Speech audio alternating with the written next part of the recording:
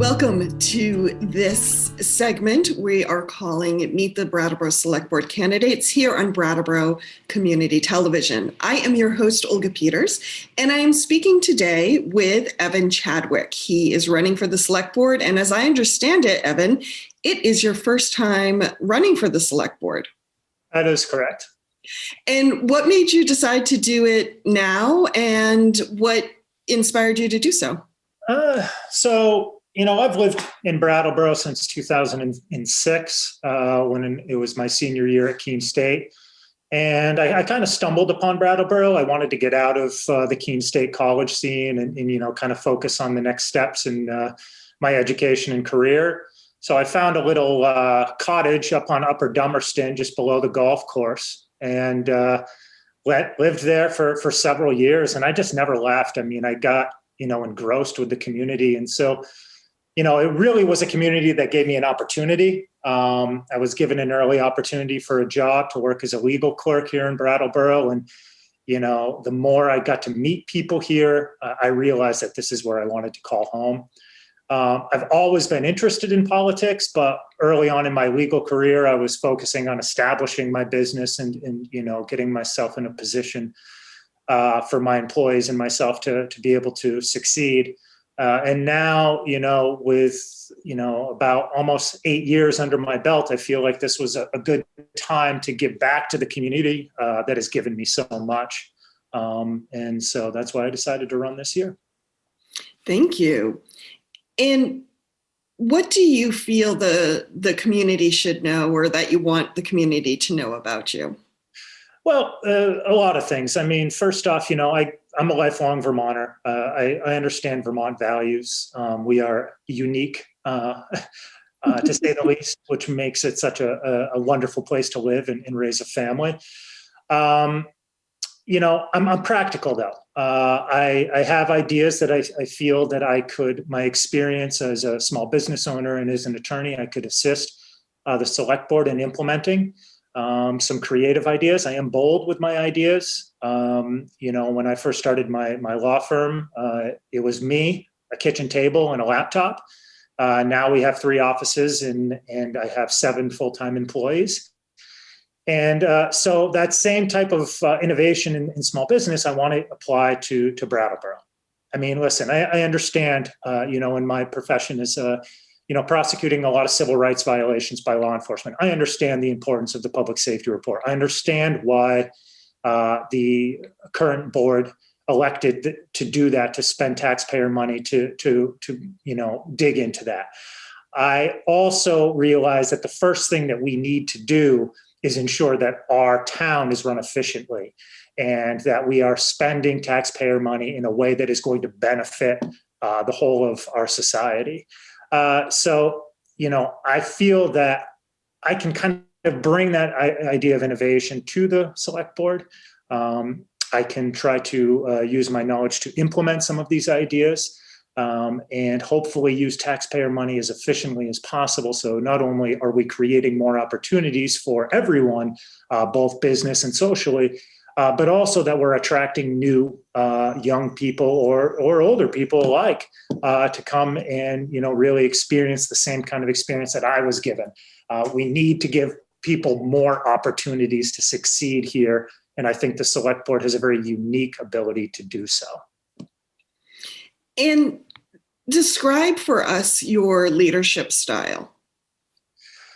If you ask my employees, I'm goofy. I like to try to make light of situations sometimes, understanding that a lot of the times the things that we're doing are very serious. But if you can't go in with a bright and fresh perspective on something, then it really taints your ability to, fully advocate for, your clients or yourself.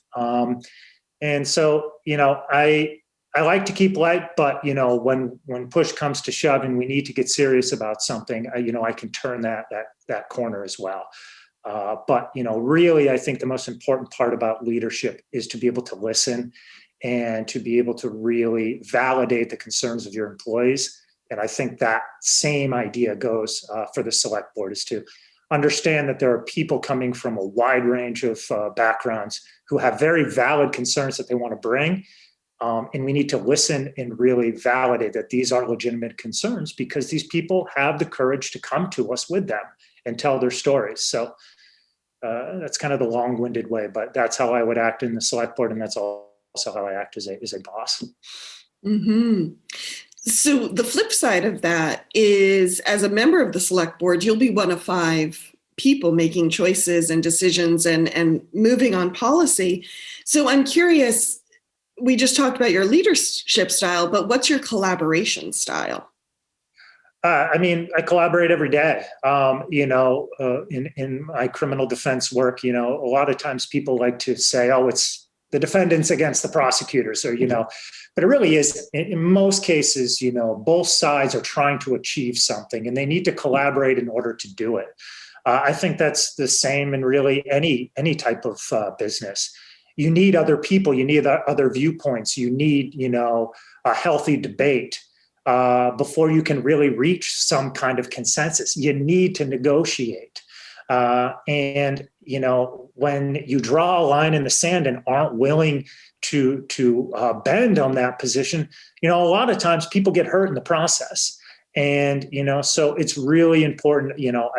I've gotten to watch a lot more of the select board meetings, and that collaboration really is essential. And I think that there are select board members on right now that are very committed to doing so. And I hope that I can assist in that further. Mm-hmm. This is a 2-part question. All of us, whenever we come to a collaborative process, in this case, the select board, we bring our lived experience with us. Who in the community do you think you connect with the easiest based on your lived experience? And then on the flip side of that, how do you, what's your strategy for reaching out to people who maybe you don't know in the community, or who, based on your lived experience, you may not naturally or automatically connect with? Right. So the answer to the first question is without a doubt, the person that I most connect with in the community, besides my family, my wife, Robert Woodworth of Borough Specialized Sports, Woody, as we all fondly know him, has been an inspiration and an idol for me since I moved here. And so he, when I was early on, he was the chair of the school board, Brattleboro School Board, and he's just involved in so many different things. And he's also a fitness nut, which, was really how I kind of connected with him in running races. And, he beat me, I believe he was 66 years old at the time, but me and him both trained for a marathon together, the Vermont City, and he beat me by 45 minutes, and he'll never let me live that down. But so, to that degree, that's, that's someone that I can really connect with, a local business owner who's been here for a very long time, knows the pulse of Brattleboro, knows the people, and really knows how to connect with people on a very, basic level. As far as the people that I haven't been able to connect with, it's a good question. And, I wish I had an exact answer on how I could go out and reach, but I think as part of, if elected to the select board, one of the things that we need to do is go to those areas where these individuals are being served or underserved. We need to get our hands into going to the shelters. We need to go to Bridges Kitchen and talk with these people and get their stories. The stories are what are so essential. The stories of how did we get to the point where we are? Where do you want to go next? What are your dreams? Because we all have them. We can't just cast people aside because, they're living, they're sleeping, outside, or they don't have a place to go. We have to include them, but we got to understand where they came from first, and why, why they are where they are and where they want to be and what they need in order to get there. So until we're willing as a board to really get down to the level where we can have these, these conversations instead of us sitting at a table in a formal setting, we're really not going to be able to connect like we as a select board need to. Thank you, Evan. And of course, in a pandemic, it's been made even harder to connect to people, unfortunately. Agreed. Curious, Are there any policies or initiatives that you would like to move through or pass if Yes. that was possible? So there are several. There are, I guess, principles, which, the efficient management of our town economically, ensuring that our expenses, that's a principle. But one of the specific initiatives that I've really been trying to focus on is what a downtown pedestrian-only marketplace would look like in Brattleboro. I do believe that we have some great areas that we could explore having such a marketplace. One of them being Harmony parking lot. I feel that the way that Harmony is designed for community collaboration. But instead of having a marketplace, an open area where vendors can gather, where shoppers can gather, where just townspeople, sort of like what we have with the farmers market in West Brattleboro, but having something downtown. The key is to have people who want to stick around, who want to enjoy what Brattleboro has to offer. Listen to music, have a cocktail at one of our restaurants, just meet and collaborate with people. It is a perfect spot. And if we can come to some kind of an agreement with both the business owners, property owners, as well as the town on how we could make that work, I think that would be a huge boon to our economy and frankly, a huge boon to our society in general, to have that centralized gathering spot. So that is one of the things. It's a big task. And I understand the investment that's going to entail and probably a lot of the backlash we may get. But it is a dialogue I want to start in my first year as select board and to see where that takes us. As far as other initiatives, we obviously have on the ballot this year, the marijuana retail and what that's going to look like if passed in Brattleboro. We really need to work with our local law enforcement, our state's attorney's office, business owners, townspeople on what that needs to look like. I do believe that we do need to have a marijuana retail in downtown Brattleboro, but the question is where and what type of restrictions are we going to need to apply in order to ensure that it's done safely and effectively without, unduly influencing, children and other people who don't want to be around it. So those are two of the major initiatives that I'm focusing on. The last one is, I read the community safety report. I respect the findings. I respect the listening sessions and what people had to say. I am not a defunder. Okay, I am a big supporter of Brattleboro Police Department. I feel that we have leadership at the top who have been committed to this community for a long time, who have raised families here, who know the pulse of the community. We need to work with them.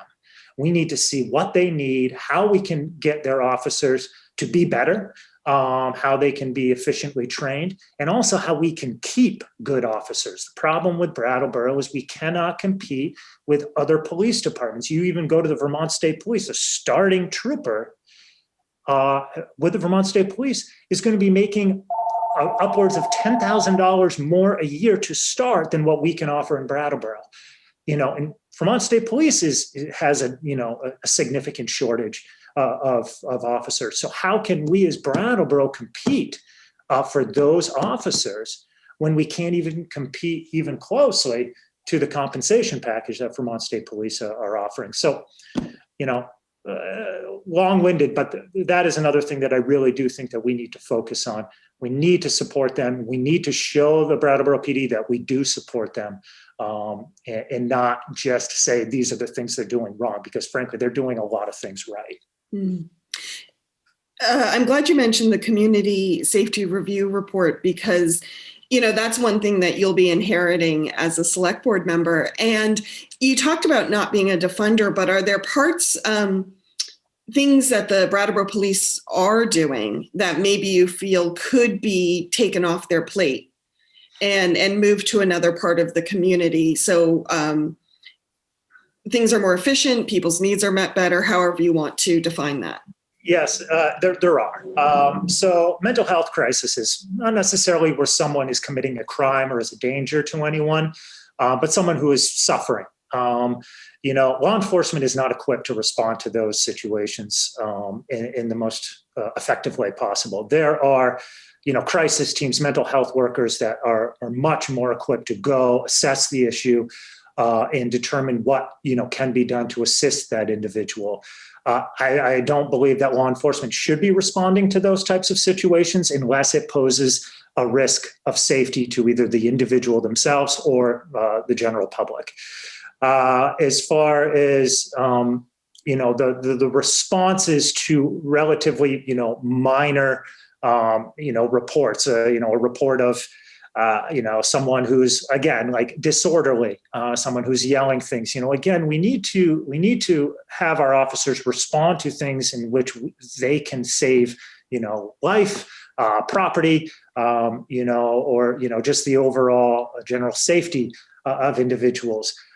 So using some of, our other forms of social justice or social, social programs or social professionals who are better trained and better equipped to deal with those situations is going to take that off the plate of the officers, going to allow them to focus more on other matters that are in their wheelhouse.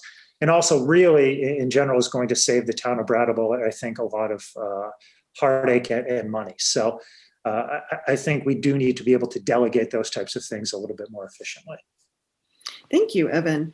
We have just a few minutes left, and I wanted to just touch base and see, is there anything else you want the community to know or that you wished I had asked?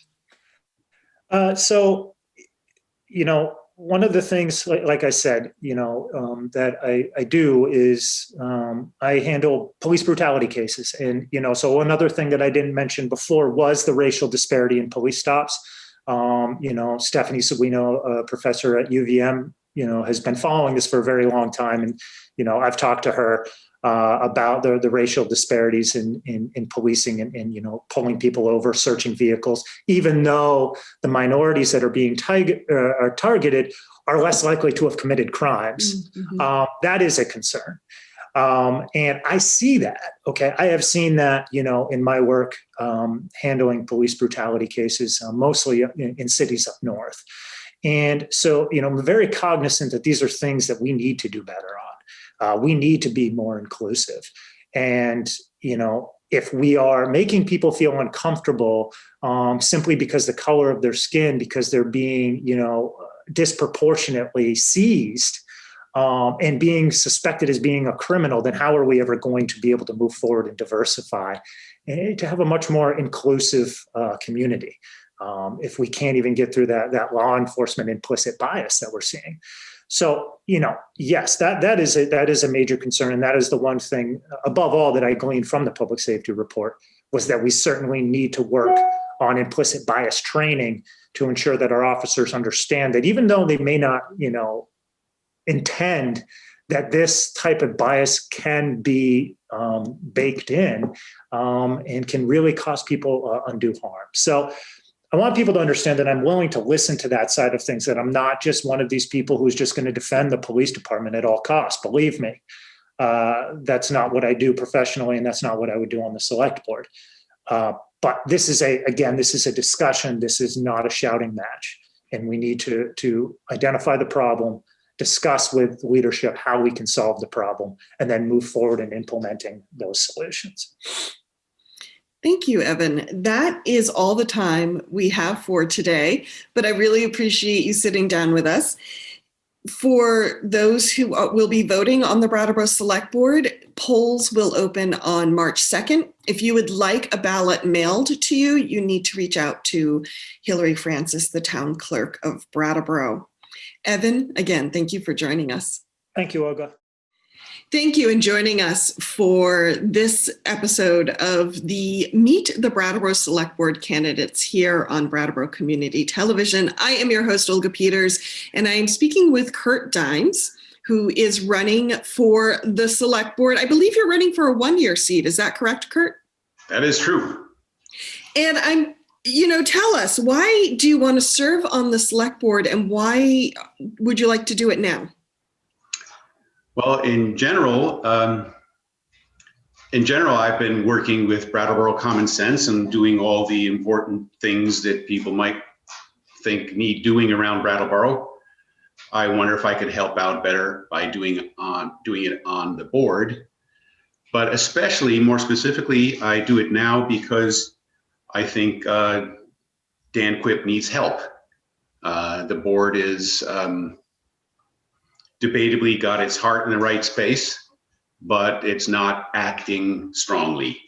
And if you recall, 2 select board meetings ago, Brandy quoted Martin Luther King. His letter from Birmingham jail includes a lot of bemoaning of the moderate help of white liberals, and she says that their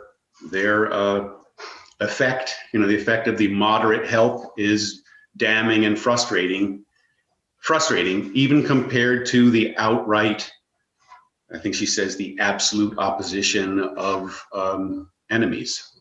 Mm-hmm.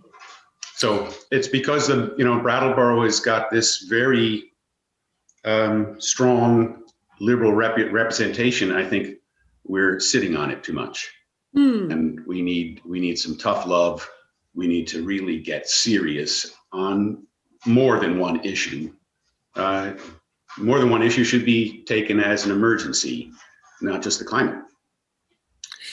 So you mentioned wanting to give current board member Daniel Quipp, who is running for re-election as well, help. What would that help look like in your mind if you were elected?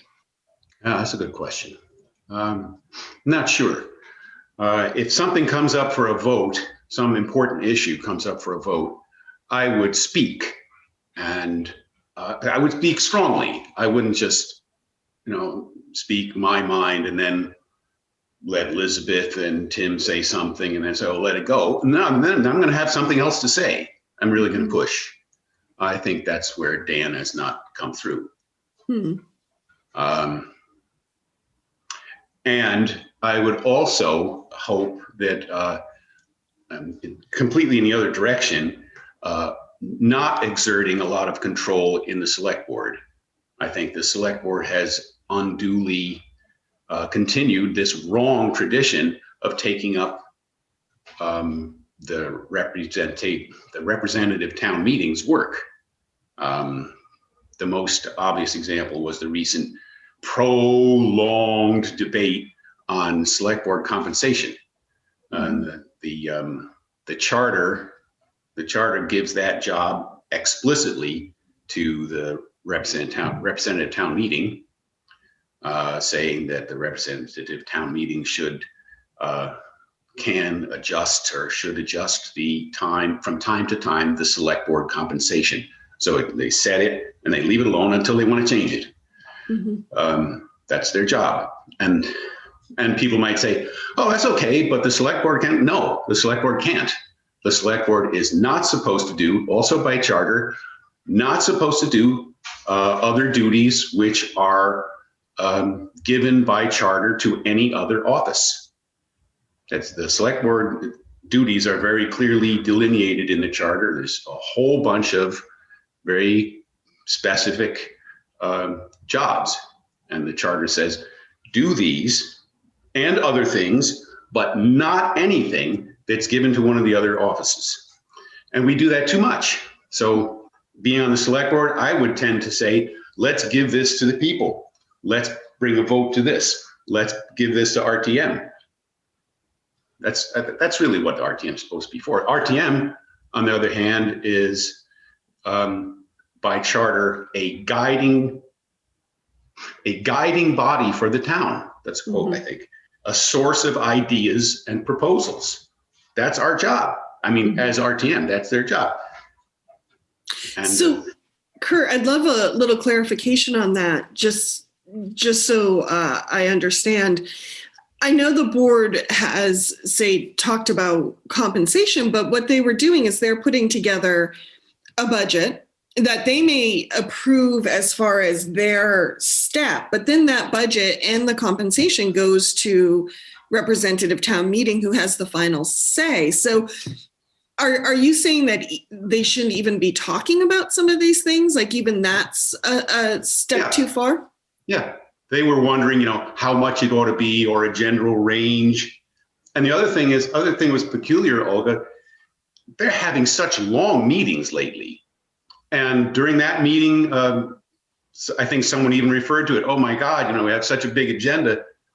And I said, hey, and then someone else said, you have a responsibility to do this. And poor Brandy felt bad, oh geez, I know we shouldn't just pass this along. That is exactly what she should have done. She should have let it go along. And in the context of their overwork, you think they'd have been receptive to my reminder of the legal wording, which Ian also said, hey, Kurt's right. You think they'd say, yeah, geez, that's one thing we don't have to do. But there's so much in that gear of just helping too much, putting their imprimatur on the issue, that they just couldn't put it down. Could have saved them, half an hour. Okay. Thank you. Thank you for that clarification, Kurt. What is it that you would like the community to know about you? Me personally, nothing. It's about my work in my service to. I serve Brattleboro, but BCS's job by charter is to bring local issues, that is, bring global issues to a local format. And by BCS, you mean Brattleboro Common Sense? Yeah, I should clarify for everybody. Brattleboro Common Sense is a local 501c3 nonprofit, and part of our mission is to make global issues local. And so I suppose you want to know that that's not just I'm not supported by the organization in this campaign. It's a 501c3 and cannot endorse me, but I have acted mostly through BCS, and that's how I think Brattleboro is starting to imagine itself as a place where our brand is good citizenship. Mm-hmm. And so I think of myself as a citizen. I don't think of myself as a personality that people ought to know, like a movie star, a minor personage in town. Oh, he does, he has lots of dogs, or he's a vegetarian or something like that. Just the work. I focus on the work. Thank you. Describe for us your leadership style. Oh my God. That's a really hard question, because I think I only listen to other people, and I hear opposite reports at my meetings. I can hear in the same day, Kurt, you're controlling me too much. And the other person says, you don't control the meetings enough. So I don't know. I think this is not just a leadership style, but an activity style, just a way of working. I try to be very careful. I keep lists of things. I move something from one list to the other when it's done. I'm very methodical, and I'm building the organization that way. Mm-hmm. That is, we have, we're a small organization, but we have a tiny legal department and a tiny economist department, and things are working out very well that way. So I think it's very it's important to be in order, mm-hmm. to take things in order, I think. Okay. And when people can write books about activism, but I don't think they need books about activism. They just need to do things that their mothers and fathers told them, like, show up on time, be respectful, especially show up on time. That's a big one. Work hard. That will take care of everything you need to do as an activist. Interesting. Okay, yeah. Thank you. And just the flip side of leadership style, because if you are elected, you will be one of 5 people working on issues. What is your collaboration style? How do you collaborate and still move things forward? Well, I like that. And in order to learn about how to be in an organization, I've gone to other groups I remember going to Move On, their job in, they had a big meeting in Northampton a few years ago. I went to that and I liked what they were doing. And I said, okay, sign me up for 3 or 4 hours. I'll volunteer 3 or 4 hours next Saturday. And they said, well, what's your opinion? I said, well, I don't have an expert opinion. I don't have no opinion about this, but what I've heard so far is enough to make me want to help. Mm-hmm.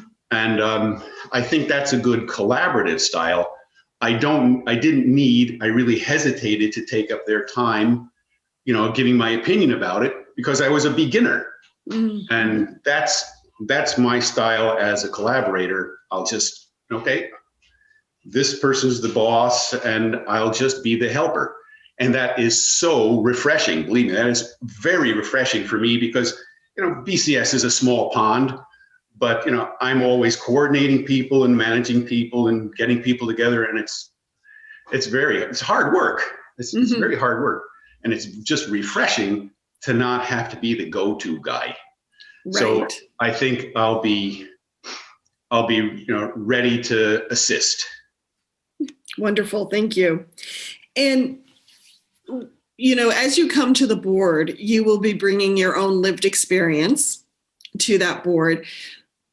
So this is a two-part question. First is, who do you feel in town your lived experience connects to the most?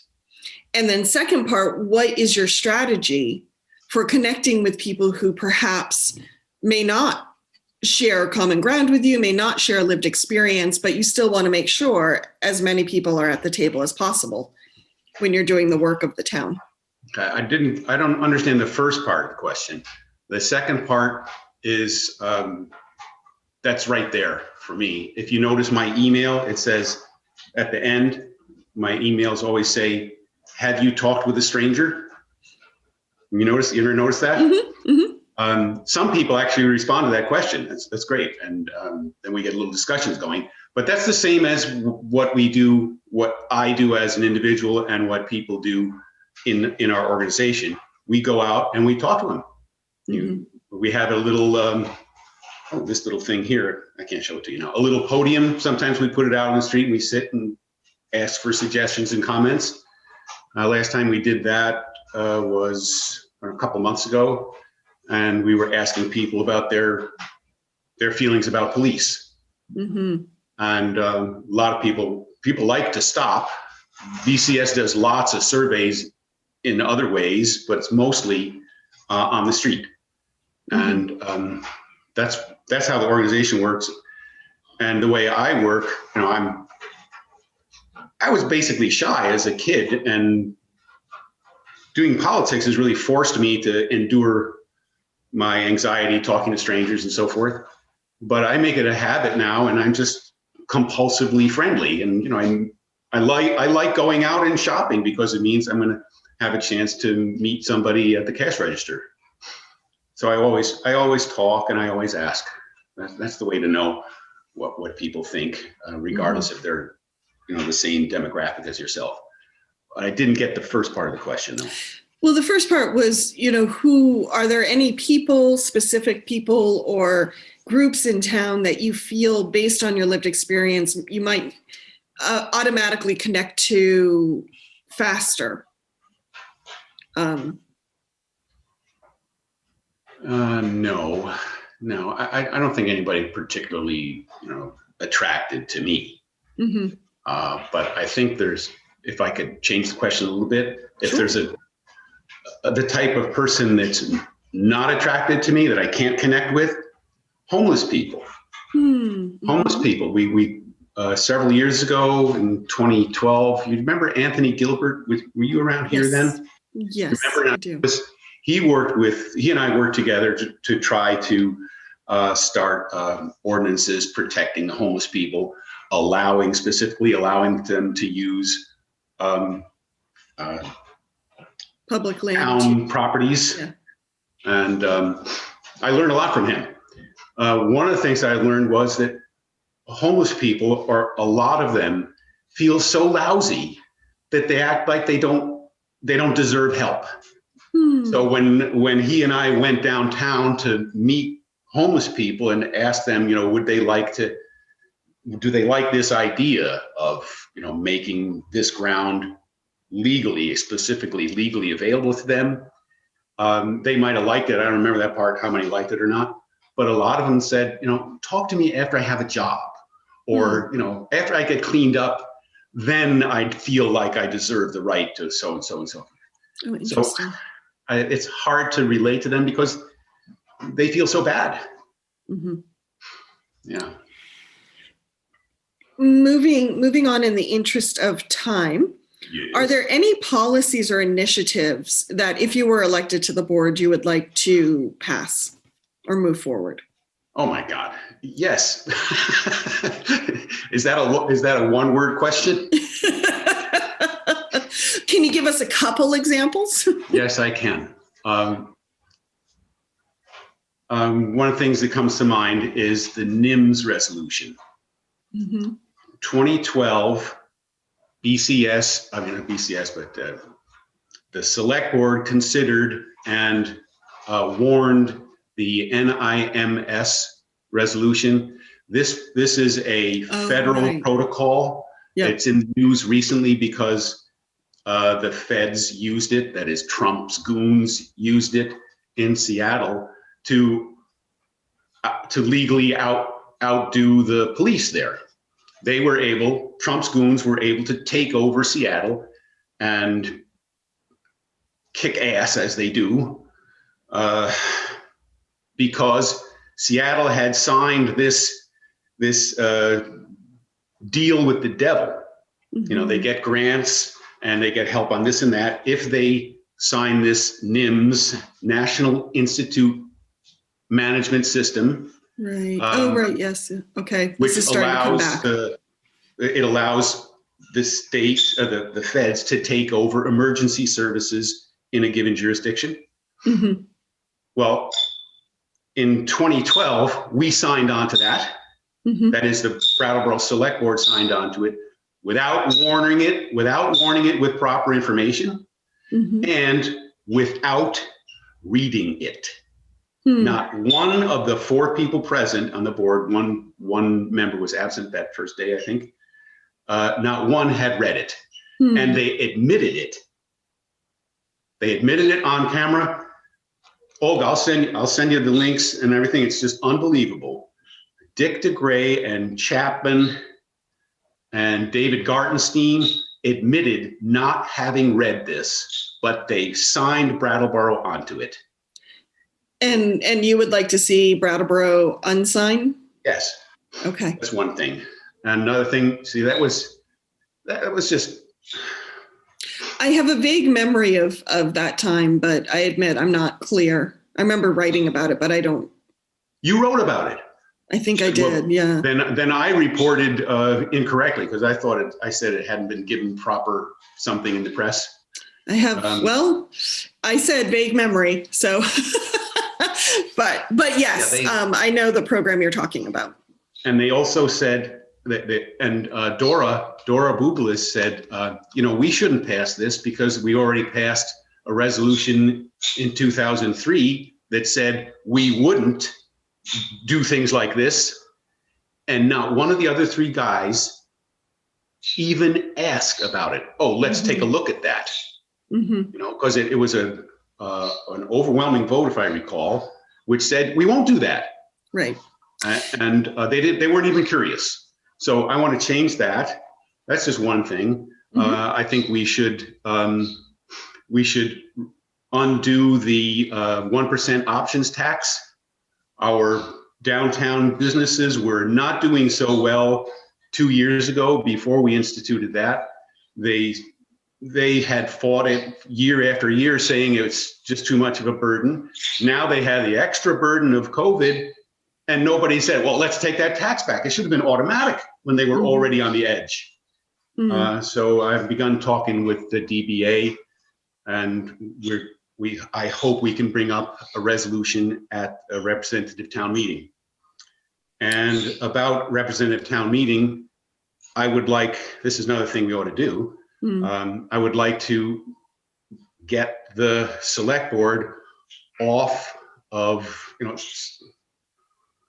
out of position of setting up and dominating that body. The select board routinely, that is year after year, sets the agenda, and they leave, room. Maybe they leave room at the end of the meeting. At the end of a 13-hour meeting, there's not a lot of room, and people are in no condition or mood to take up new ideas. Right. So that's a way of, they're just not thinking about it. They're oppressing that body by keeping them in formation for 13 hours, and they can't get their original thoughts out. They can't do their main job. Their main job by the charter is be a guiding body. I say it over and over again. I'm sorry to chew your ear about it, but be a guiding body and come up with proposals and ideas. And that's left to the end, and they call it other business. That's not other business. That's their business. But they're so tied up with the budget. All they care about is getting that budget done and getting those fiscal things done. And then, hallelujah, they're done because they've been working on that so hard for months before. They just want to be sure that that's done. And they really think or act like that's all the RTM is supposed to do. Thank you. So that's, I can go on. There are other ideas, but I would hope that they go to RTM or to votes of the people rather than, sit on the desk for the select board to, pass judgment. Okay. Thank you, Kurt. One of the programs that you will be inheriting if you are elected to the select board will be the Community Safety Review program and its report. Are there any recommendations in that report that you would like to see moved forward on, or are you happy to just move the whole report on forward? Talk to me about that a little bit, please. I'm with Brandy on that. I think we should approve the whole thing. And again, as a matter of emergency, I don't think it should have been taking this long. I think that the select board should have approved it on the 9th. And they didn't. No, not the 19th of last month, maybe. Anyway, that's the meeting where Brandy said, hey, let's be all together about this. Let's approve the whole thing. And she also warned people about, the moderates who say they are in favor of it, but let's go slow. And she bumped into that again, because I'll bet you noticed, although many people in the public and some people on the select board didn't notice, she asked for a motion to approve the full report. Peter said, well, give me some time to write this. I don't know why she didn't write it herself. Give me some time to write it on the break. So they go on the break, they come back, and he gives a motion to get information on the whole report. The motion that they came back and they voted on so happily was not substantially the same thing as what Brandy had moved. And so that's the moderate way to slow things down. Oh, let's look into this. Let's not go too fast. And that's, so I would support the whole thing. Thank you. Especially the police reforms, taking them out of social service inspections. I forgot the right word, and out of the mental health enforcements. And of course, the safe policing program for removing weapons from routine patrols. That's really a good thing. That's got to happen. That'll really make people feel comfortable on the street. Okay. Thank you. Especially young Black men and other marginalized people. They want to feel comfortable in their community. And the Safe Policing Project, getting the gun off of the police officer's hip, where it's not always visible and handy, would make a lot of people feel a lot more easy when they're dealing with the policeman. We have just a few minutes left. I'm wondering if there's anything you would like to add or wish I had asked before I let you return to your day. Oh, do we have to end so soon? Unfortunately, yes. Oh, well, let's see. And my theme, I guess, it's really about emergency attitude in politics. Mm-hmm. We've been complacent about our democracy here. In June or July, there was a demonstration by Trumpers downtown at Pliny Park. They just wanted to show their support. Now, I have used that park a dozen times, more than a dozen times. You know, there was a weekly demonstration there, and it was just owned by me and my allies. And the Trumpers came and they had their demonstration. And there was an overwhelming counter demonstration and a big shouting match. That was a shame. That was a real shame. And the people who arranged that ought to be ashamed of themselves. I've had demonstrations there. Everybody's had demonstrations there for, probably before I came here in 2002. Mm-hmm. Not once did anybody come to heckle me or to harass me or to start a shouting match with me. But we liberal, tolerant people did that to those Trumpers. And we should have just left them alone to have their one time at Pliny Park, and we didn't. That shows complacency with the idea of democracy. That we're so cool about ourselves being democratic, we couldn't see the inherent intolerance of that demonstration, that counter demonstration. So why did I bring that up? Oh, because it's about, not knowing who you are. Okay. So, I think Brattleboro's Selectboard is there too. They don't know who they are. They don't know how they are actually obstructing things.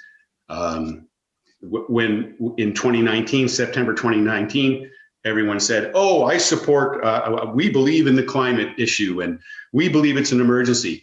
And then they proposed that the emergency declaration was something that ought to be handled by the sustainability coordinator.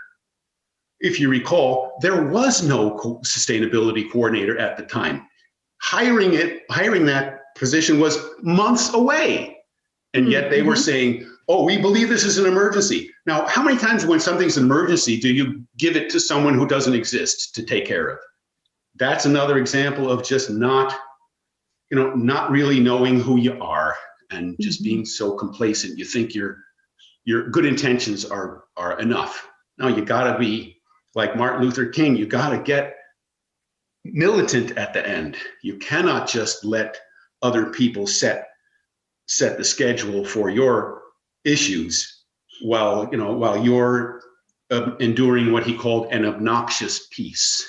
He didn't want the obnoxious peace. A lot of people don't want to go fast because they're afraid of tension. He says, I don't like that obnoxious peace. You have to go through a period of tension to get progress. Thank you, Kurt.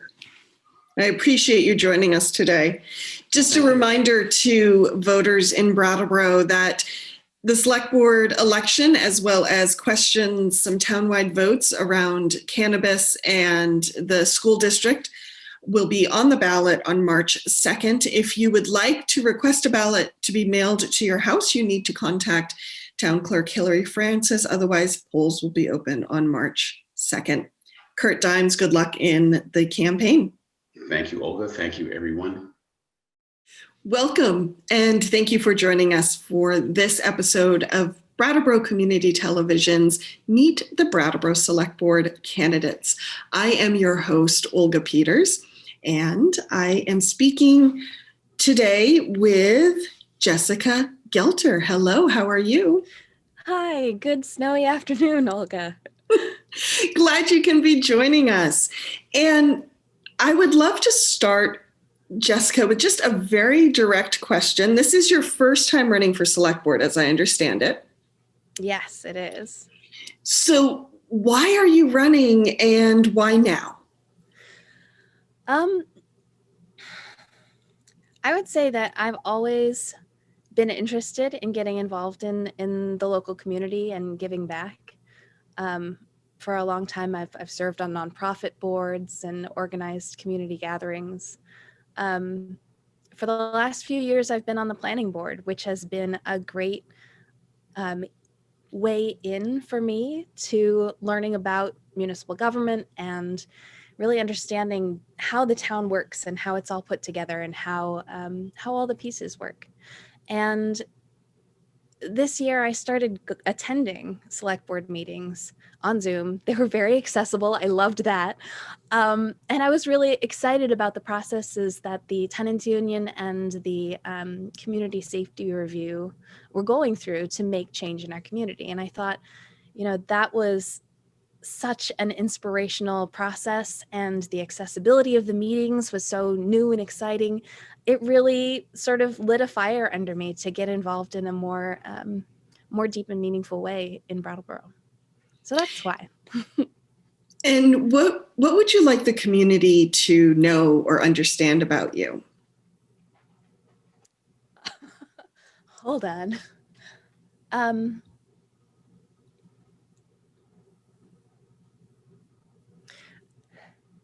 So I think there are a few things that I'd love to share with the community. I come from, or I grew up in New England Youth Theater when it was in the little old Chinese restaurant down next to the Latches. And from that time, that training and those experiences really got me interested in how the arts were a great tool and mechanism for creating community conversations and bringing people together towards a common goal. And I went to school for theater. I have a BFA in theater, and all of that training sort of cemented that feeling in me. And then when I came back to Brattleboro, I found that my work in nonprofits was really bolstered by those trainings and those experiences in the theater world. It helped me better understand how to collect stories and listen, and to create a vision that was based in what folks wanted and were feeling and were experiencing.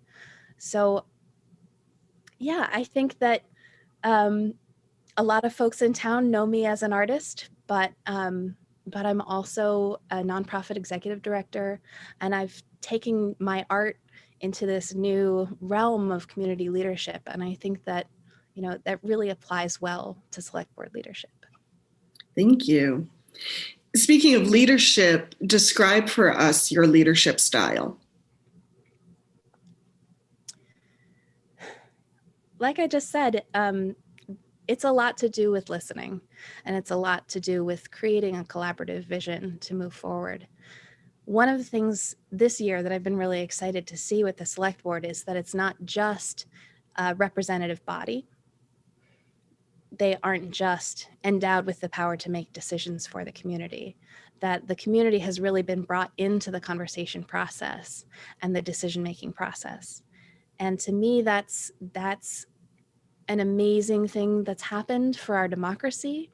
And I think that the skills that I have lend themselves really well to being a leader that can listen and can digest the experiences and stories of folks around town in all sorts of different parts of the community, and then translate that into good decision making. I think we're on the cusp of maybe some change in how the select board is perceived and perceives itself as a decision-making body. And I'm really excited to continue the trend of a community engaged leadership role. You talked about collaboration and changes at the select board. If you are elected, you will be one of 5 people serving on this board. How do you balance getting what you're hoping to get done with the fact that you are one of 5?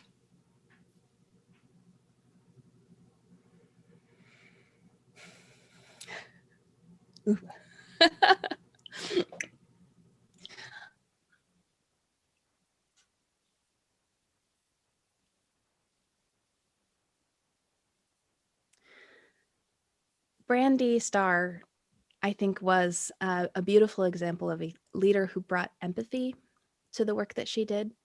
And she not only had a great perception of, the process and how things are supposed to work, but she also brought a lot of heart and feeling to the way that she communicated and the way that she brought her fellow select board members along. I think that in that collaborative decision-making process, there's got to be empathy, and there's got to be understanding for where other folks are coming from, and there's got to be transparency for well, I heard this from these communities, and I heard this from these communities, and that's what's informing me about moving the process forward. So, I think that encouraging accountability to the people that my fellow select board members are speaking for, and also encouraging empathy with the stories that are being shared present in the meeting, I think is really important. Thank you, Jessica. Who in our community do you feel you best represent?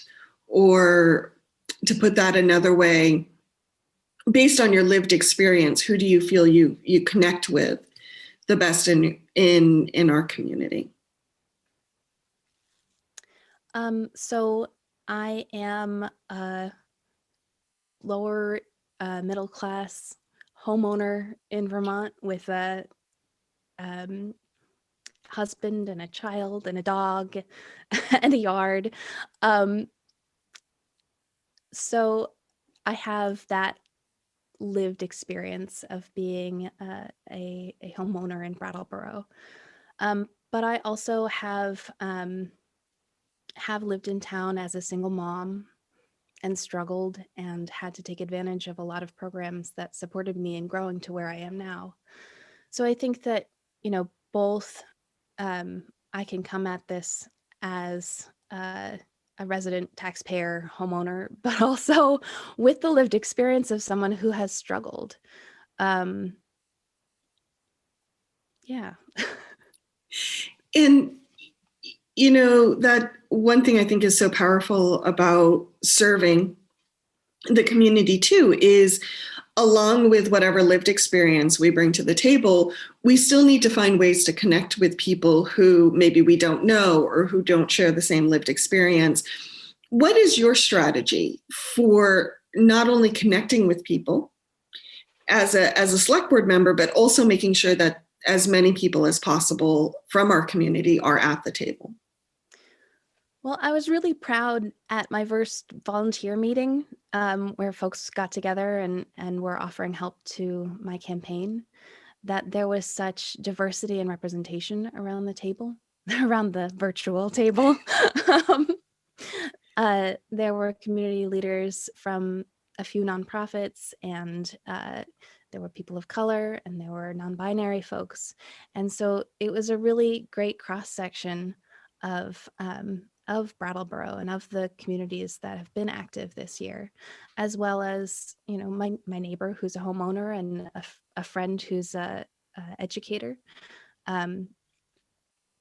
Yeah, so I feel like, I've already come to this with friendships made and community support and connections made with a wide variety of folks from around town. And I'm excited to leverage those energies and those connections to really hear more voices. Thank you. What, if you could take on any policy or initiative, either one that the select board's working on now or just one that you would like to see moved forward, what would that be? I think there's a lot of work happening now that needs to be followed through with, and a lot of work based on some of the things that are on the town meeting ballot that are going to need a lot of work by the select board. One of the things I'm really excited about is the piece about the town government having a little more autonomy to make decisions outside of the rules that the state of Vermont sets and allows towns to make. And I think that's really going to help us as we address different issues around cannabis retail, around the community safety review, around sustainability. So I think there are a lot of opportunities just in that one issue that I think, for me, that one rises to the top, certainly as one of the most important. And serving on the planning board for so long, I've definitely seen how Dillon's rule, the state of Vermont's sort of limitations on what towns can do and decide, really limits what we're able to do and how we're able to vision for the town. Mm-hmm. Thank you. One of the one initiative that you will be inheriting if you are elected to the select board, as you mentioned, is the community safety review process and report and its multiple recommendations. I'm curious, of that report, how would you like to see the town move forward on that? And are there any particular recommendations you would like to see moved forward on? I actually am in full support of the recommendations in the community safety review report. There's a lot in there and it's a lot of good stuff, and it's not that radical or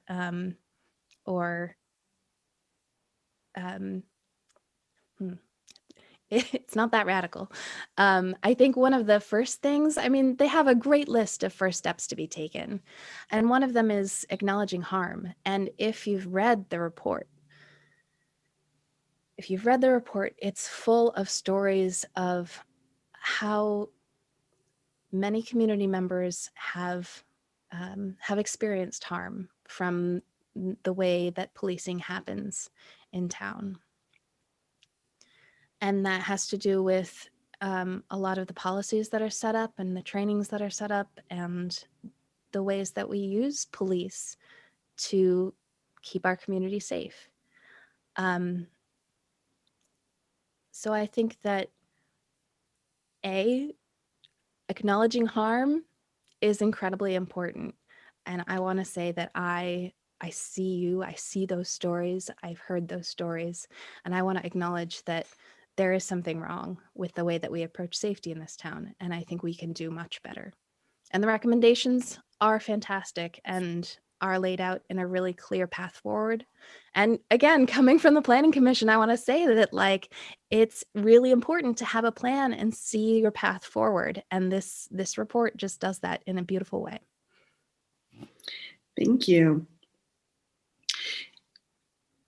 What would you like, if you are elected as a member of the select board, what would you like to do differently? Like, where do you feel some skills or some new ways forward could be implemented in just how the select board operates and interacts with the community?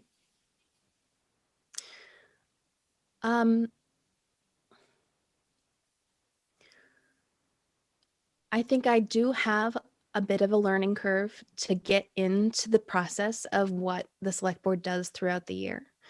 And I want to acknowledge that before I announce any huge changes that I want to make to how they do things, because I think they've done some incredibly valid work. I think we'll have an opportunity as the pandemic slows down to really assess how we want to bring the community into the select board meetings. I think Zoom has really given a lot more folks a lot more access to the political process in town. And I think that's really important to maintain that. So I think, at the least, ensuring that there is access to the meetings and that folks feel welcome and that there is a space that can hold, I saw 100, 120 people, 140 people on the Zoom calls with the select board this year. It was incredible. And I don't think our select board room in the municipal center can even hold that many people.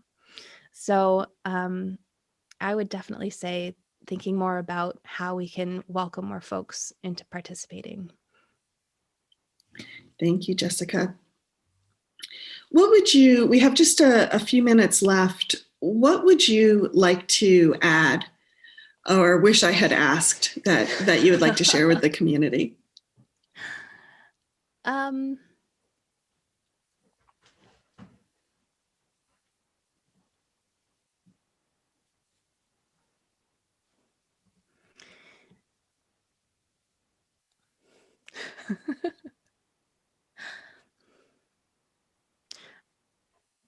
I think I'd like to acknowledge that my family has had a long legacy here of being here, owning a home here, growing families here, and giving back. And it's a legacy that I really want to participate in and have in my own way for many years. My grandfather was a postman and a teacher. My grandmother was a nurse. My parents both work in nonprofits and use their skills and experience in science to keep our community healthy and safe. And I'm excited to be a part of that legacy and to continue to give back to this town, which has provided a home for us for so long and supported us in so many different ways. So I love this place. I love the stories that are held here. I love the stories that are growing here. And I love the idea that I could be a part of shaping the stories of the future. And I think it's really exciting to see how much Brattleboro has changed over the generations and how the issues and the importance of different things has risen and fallen. And yeah, I'm just really hoping that I can be a part of that. Thank you, Jessica. Jessica Gelter is one of the candidates running for Select Board. Just a reminder to all folks who are voting in Brattleboro that voting happens on March 2nd.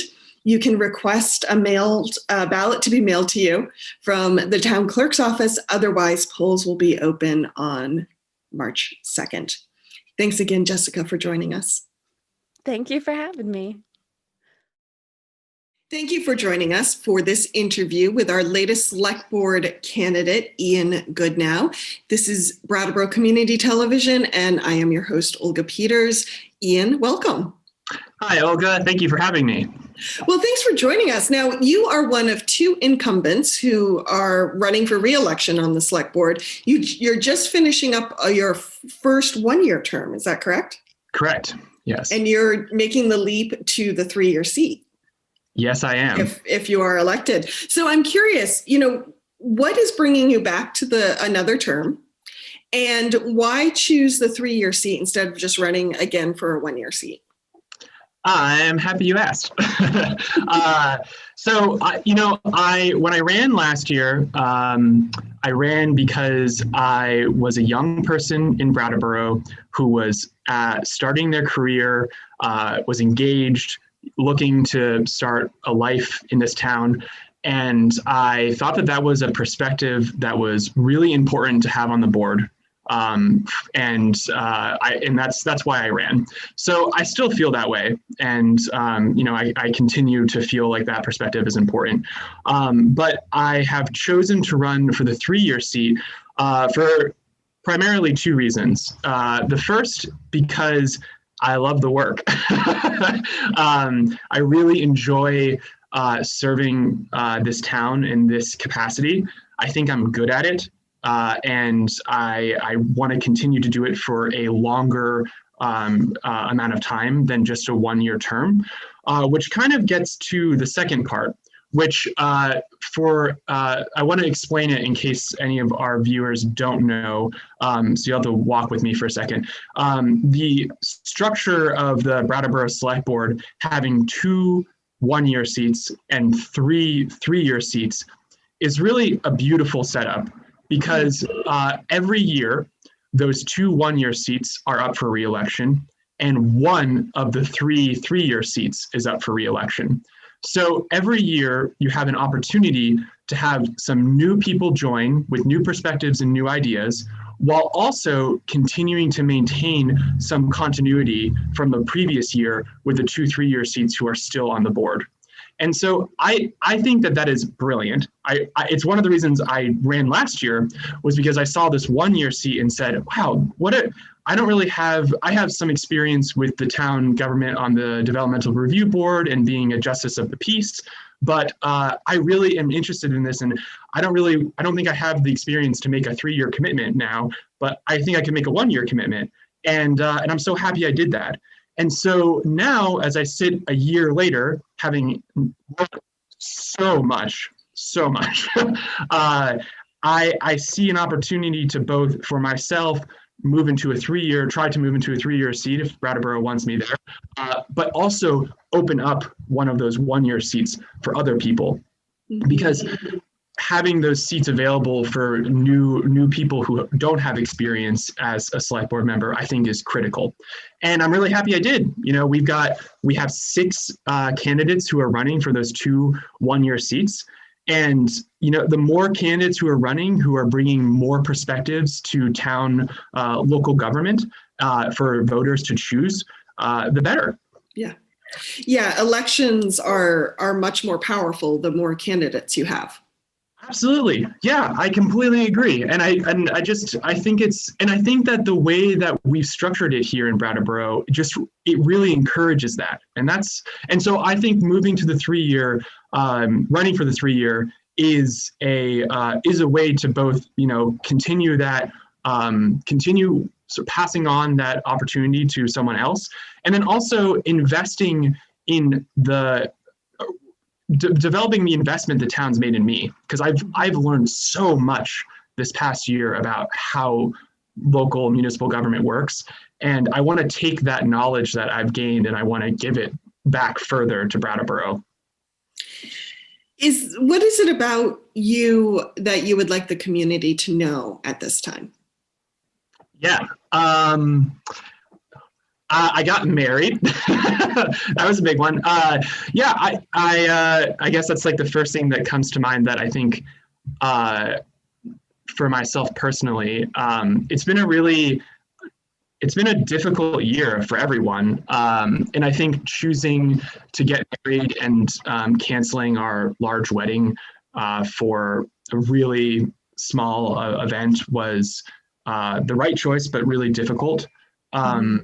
I think I want people to know that throughout this year on the board, I've felt very passionately that I need to maintain my accessibility to the public.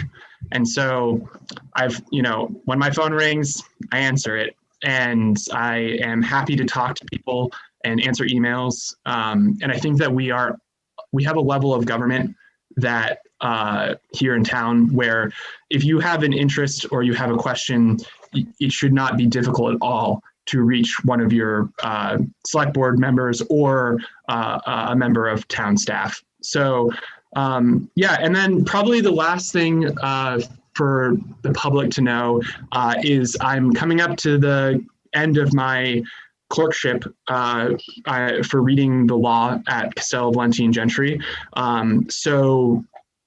I should, hopefully, if everything goes well, I will be taking the bar next July. So congratulations. Thank you. And it definitely played into this decision to run for the 3-year seat. Realizing that I also have already made a really major commitment to my career in the next 3 years. But ultimately, I felt that this would only, if I were to be elected, this would only benefit, and I think I could give a lot to the town. Just for listeners who may not know, Vermont, I'm sure it's not the only state, but one thing Vermont does is it allows you to apprentice as a lawyer to another working lawyer instead of law school, essentially, and it's a 5-year, basically, apprenticeship, right? Yeah, it's a 4-year apprenticeship, and it's offered in a few states, Vermont being one of them, and it is an alternative to law school. You have to have an undergraduate degree, and you need to have someone sponsor you essentially to be to teach you how to be a lawyer. But I think it's a great program. I think it's one of the reasons I love Vermont. You know, we have these cool programs like this. So, yes. Yeah. Yeah. I think it's really neat that we still practice reading the law. Talk to us about your leadership style. Yeah. I think down to earth, telling people how I actually feel, not being afraid to tell someone that I do not know or that I need them to explain something to me. I found that, and you know, I may give this a little bit to the clerkship, that as being a student right now, I'm constantly being faced with things that I don't really understand and need to digest and read on and learn. And I have found bringing that mentality to my leadership style and to my time on the board has been really helpful. When we jumped into the budget process, which is really incredible and also complicated, I wasn't afraid to just ask a lot of questions and to spend a lot more time with the material because I didn't understand it all. And so I think that there is courage in admitting when you don't know the answer. And we're moving into a time in local government in Vermont, I believe, where we're not going to have the answers, and we need to be empathetic and patient, and have the courage to know when we need to learn more and to listen. Now, let's talk about collaboration, because as a select board member, you are a leader, but you're also one of 5 people. And so you have to be able to collaborate too. What's your strategy for collaboration? Yeah, great question. And I think that this year has been difficult. And I really respect and appreciate all of the members of the board and the work that they have done and the time that they give to this town. And I think that I don't think I have a bullet, a silver bullet for this question, because if I did, then maybe we could fix Washington too. But I think it has to do with actually listening, really not having a completely decided opinion, but actually going into conversations with a willingness to see someone else's perspective and hear them out, hear what they have to say. Don't necessarily agree with all of it, but maybe find common ground that, the whole board can get behind. I think that that's a place that I want to continue to bring to the board if I'm reelected. I think that the partisanship and divide that we see in the national political scene is happening on a microcosm in Vermont, and the division is not healthy. It's not good for the political discourse in Brattleboro nor the state. And I think that we need to step back, remember that, in some of these meetings, I mean, you've been there, some of these meetings, they get so intense, and for good reasons. And I believe it's because the board is doing good work. But I think that there are moments when we could all step back and remember that we are all trying to do the best that we think is the best direction the town can go for Brattleboro, and remembering that as we continue these dialogues and we move forward. Let's talk a little bit about sitting at a very big table for Brattleboro. So this is a 2-part question. The first being, when you think of your own lived experience and what you bring to the table, Are there people or groups within Brattleboro that you feel you connect with or represent automatically, perhaps based on that lived experience? And then what's your strategy for connecting with people who maybe you don't share that lived experience with, so that we can still make sure as many people are at the table as possible? Yeah. So I think the first part of the question on groups that I feel like I connect with my lived experience, I would say, younger people, young professionals in town. I'm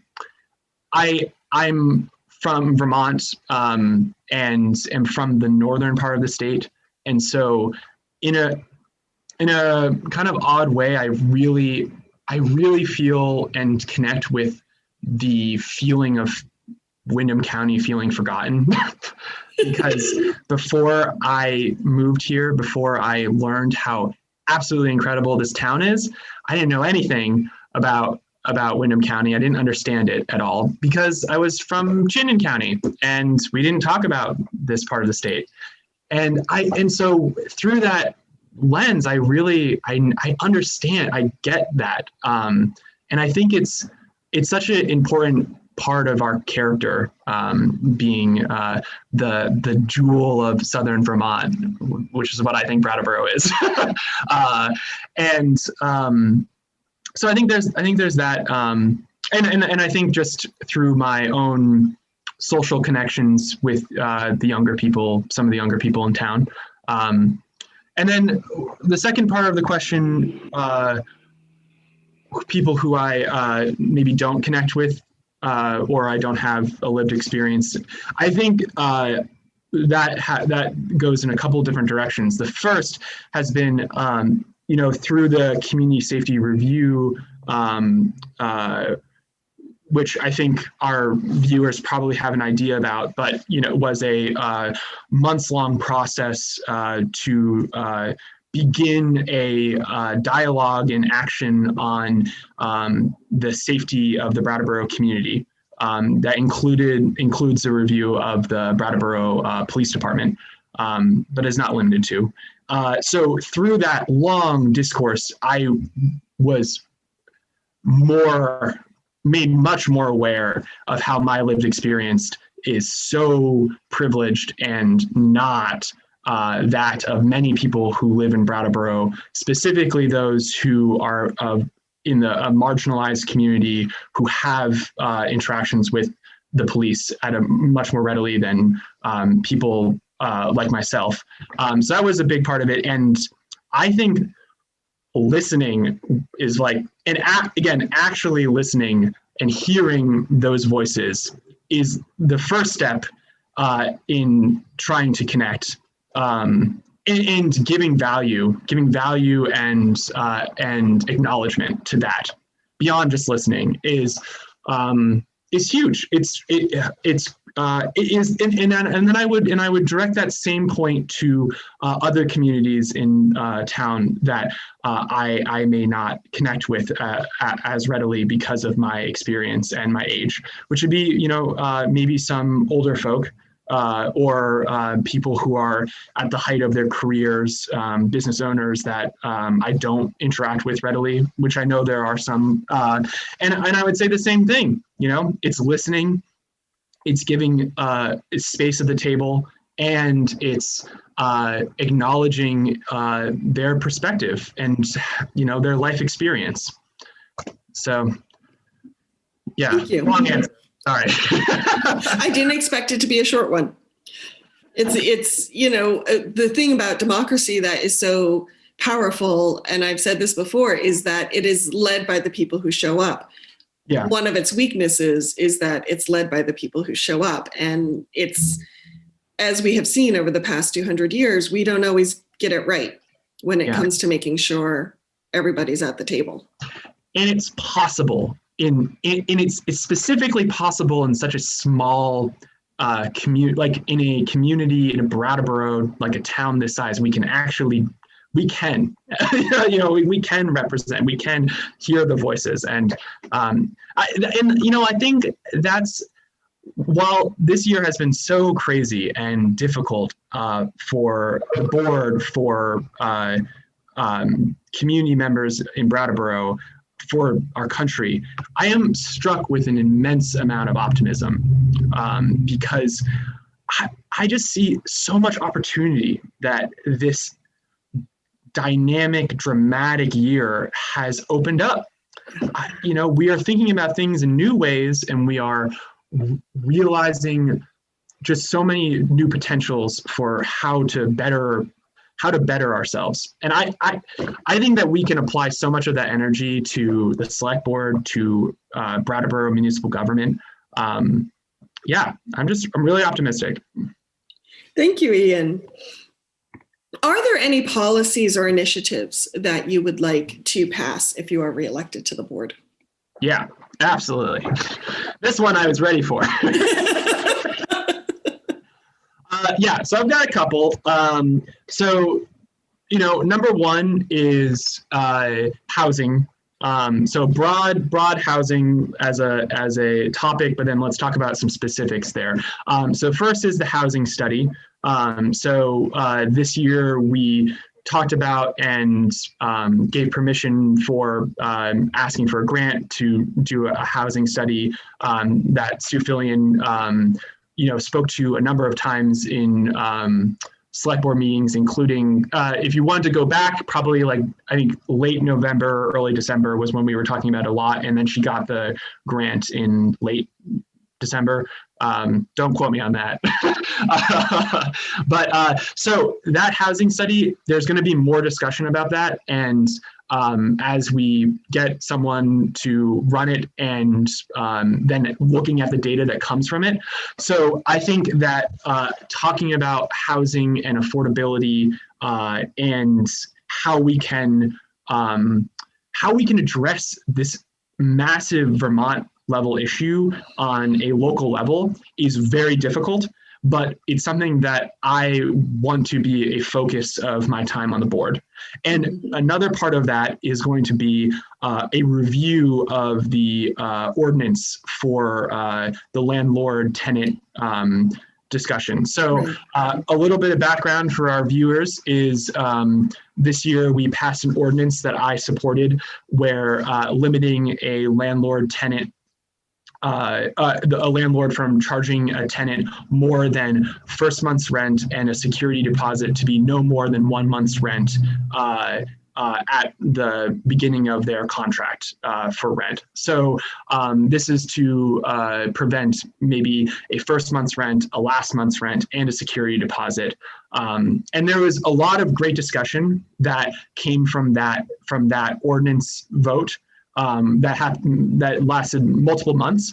And what I was just so struck by was this is a conversation that does not end there. And we need to look at it and see it a year out and review it. And hopefully the housing study can be a part of that because I want to see how what we're implementing is affecting the community. So that's one. Another one is, so that's housing. So we'll move on to another big one, accessibility of municipal government. So this I feel very passionate about. It starts with the website, which we gave $75,000 rough estimate towards for next year.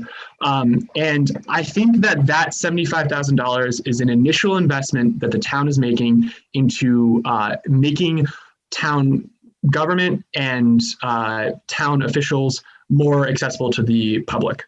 And I think that discussion needs to broaden when we're looking at the website. So I think the question of potentially a public service officer or someone who already has a job with the municipal government, but their job could expand to include that, which would include social media, getting public service announcements out, and how we interface with the public, because I don't know how many times I've gotten a text right before a select board meeting from a individual in the community who could not find the backup material that the select board reviews prior to a select board meeting. That material is so full of helpful and useful information for individuals. Yeah. If you're watching this and you haven't been reviewing that material before you attend a select board meeting, I really wouldn't recommend doing that. And so it's that kind of thing of getting that material out there, making sure people know it's even available. It's those kind of small things that really make stepping into a select board meeting actually feel like a place that you belong, because everyone belongs there. It's your select board. It's your government, and so that's the next one. And I think there's going to be more conversations about that, and I'd really like to be a big part of that discussion. And then the next would be looking at Article 3 of the ballot for March 2nd is a discussion about an amendment to the town charter, which talks about essentially if we wanted to pass any further amendment to the town charter, that we could pass one that had already been approved by the legislature. Because under Dillon rule currently in Vermont, if a town government makes an amendment to their town charter, it needs to be approved by the legislature. And so this amendment by amendment, yes. Yeah. And so that is a broader conversation about town sovereignty.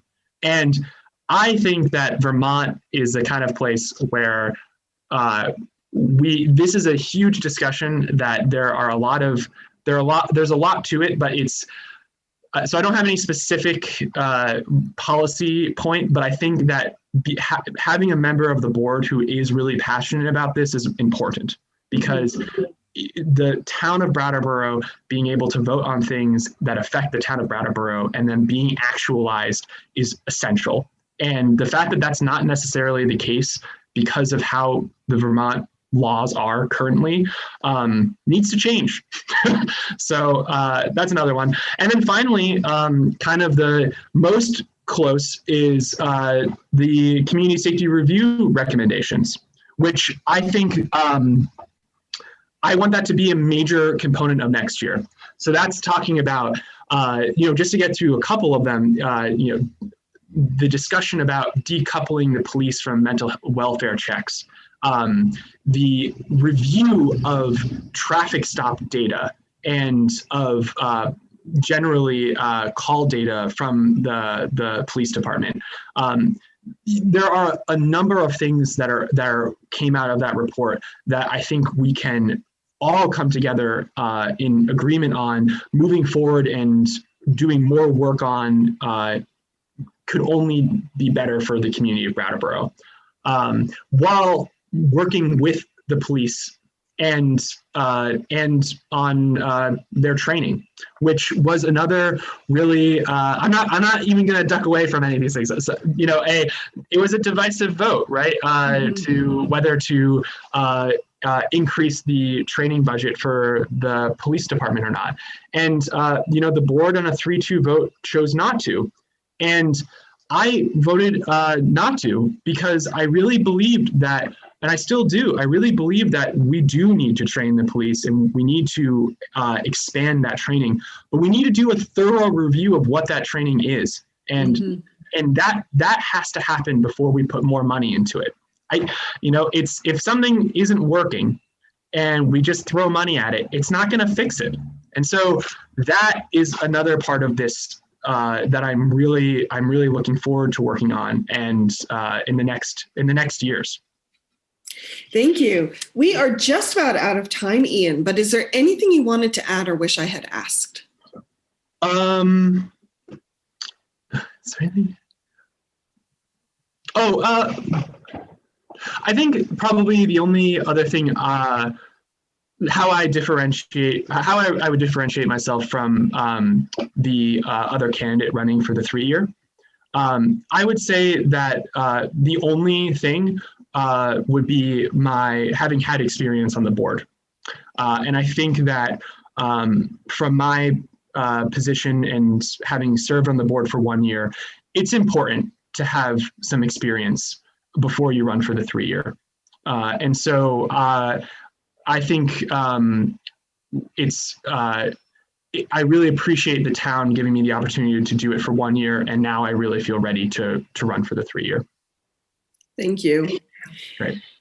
For folks who are voting in the town of Brattleboro, just a reminder, voting happens on March 2nd. There will be the candidates' votes as well as Ian mentioned, some townwide votes that you will want to think about regarding the school district, town sovereignty, and cannabis.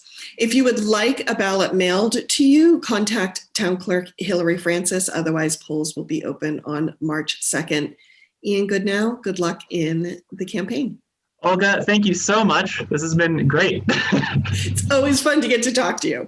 Yeah, absolutely. All right, have a great day. You too. Welcome and thank you for joining us for BCTV's Meet the Brattleboro Selectboard candidate segment. Today, I am talking with Daniel Quipp, who is running for a 1-year seat on the board. Hey, Daniel. Hello. And Daniel, you are returning to the board. You've served 2 1-year terms. And so I'm curious, why are you coming back? Like, what keeps drawing you back to the Tuesday night select board? Oh boy, that's a good question. It's a fun way to put that question. There's still work to be done. I think that I'm well placed to do some of that work. And, I think that we've done a lot of really important work this year, some of which, is longer term work. And I want to stick around and be part of that. And so I thought I would put my hat in the ring. And we've talked before, but I don't remember what drew you to the board in the first place. A few different things. Like I was involved in activism with 350 Brattleboro, which is a climate change, climate justice organization. I helped start that organization along with Abby Manukin and a few other people back in, 4 years ago now, I guess. Wow. Okay.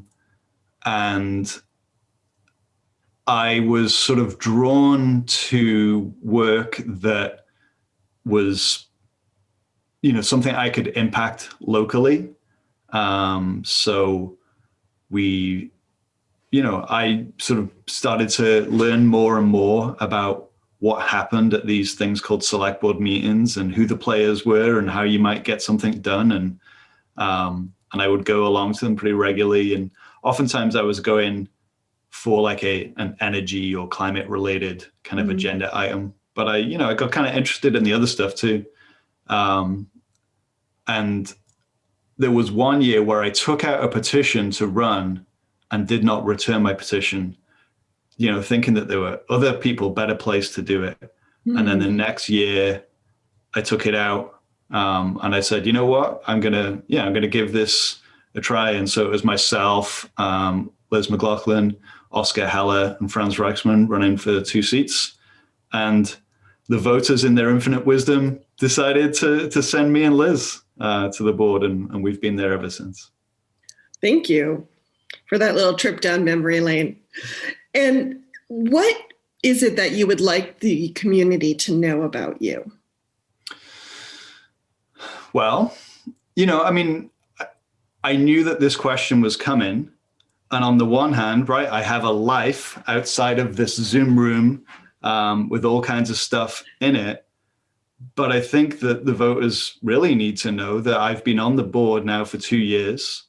And during the 2 years that I've been on the board, I have contributed in a meaningful way.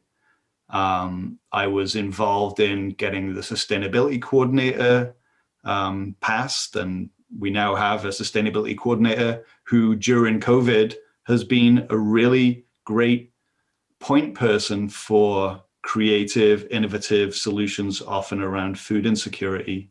and I'm not taking the credit for that, but I'm saying that, there was a choice between a person or spending some number of hundreds, well, it was $100,000 on projects. And my argument at the time was that we hire a person, and you do not know what amazing things can happen when you hire a brilliant person. And we did. And I think that we've reaped the rewards of that since then. This year, I've been doing my very best to lead on COVID and response to COVID and the crisis, and I think that I've done a good job. Early on, I championed a town-wide mask order. If you look at the meeting of May 19th on the BCTV library, you will see an interesting discussion. And it was not a slam dunk that we were going to do that. And I'm really glad that we did. Looking back from where we are right now, that was a smart thing to do. Right.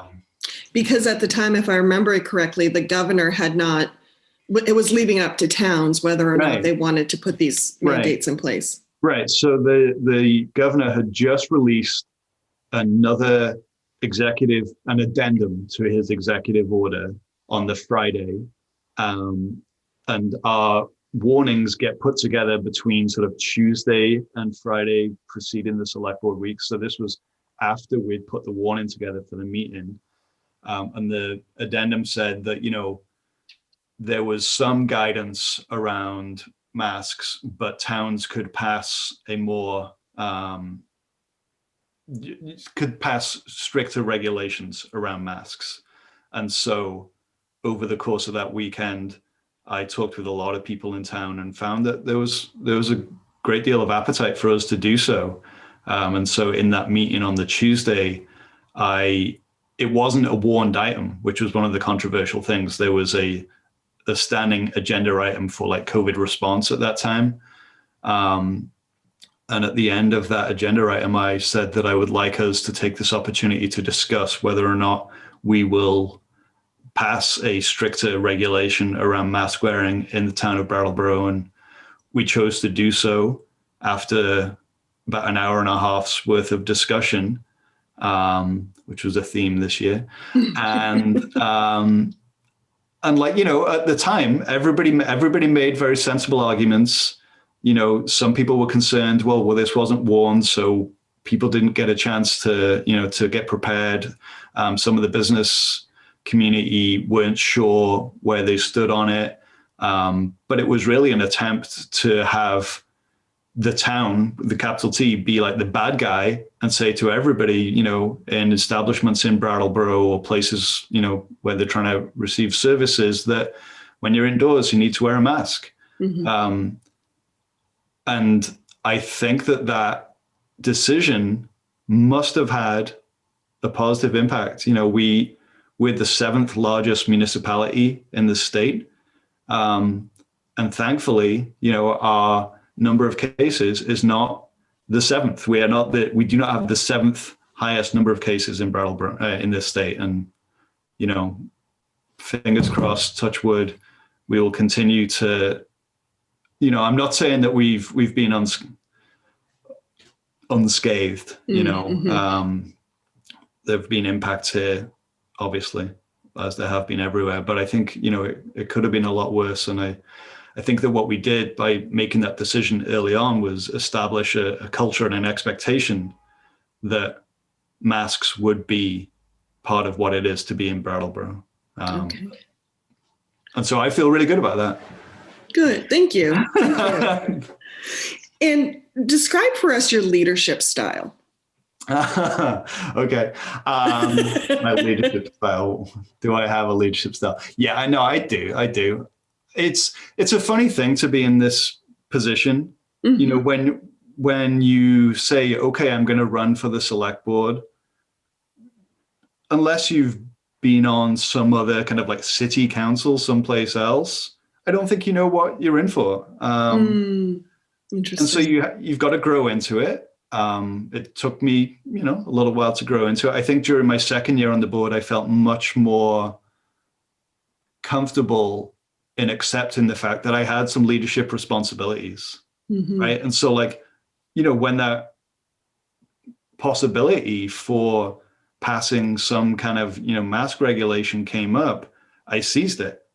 A year before, I might have felt uncertain about whether it was my job to do that. But, in this moment of great crisis, I think I personally have sought to, to have an impact and to keep people safe and to, to help bring about good things for the people of Brattleboro.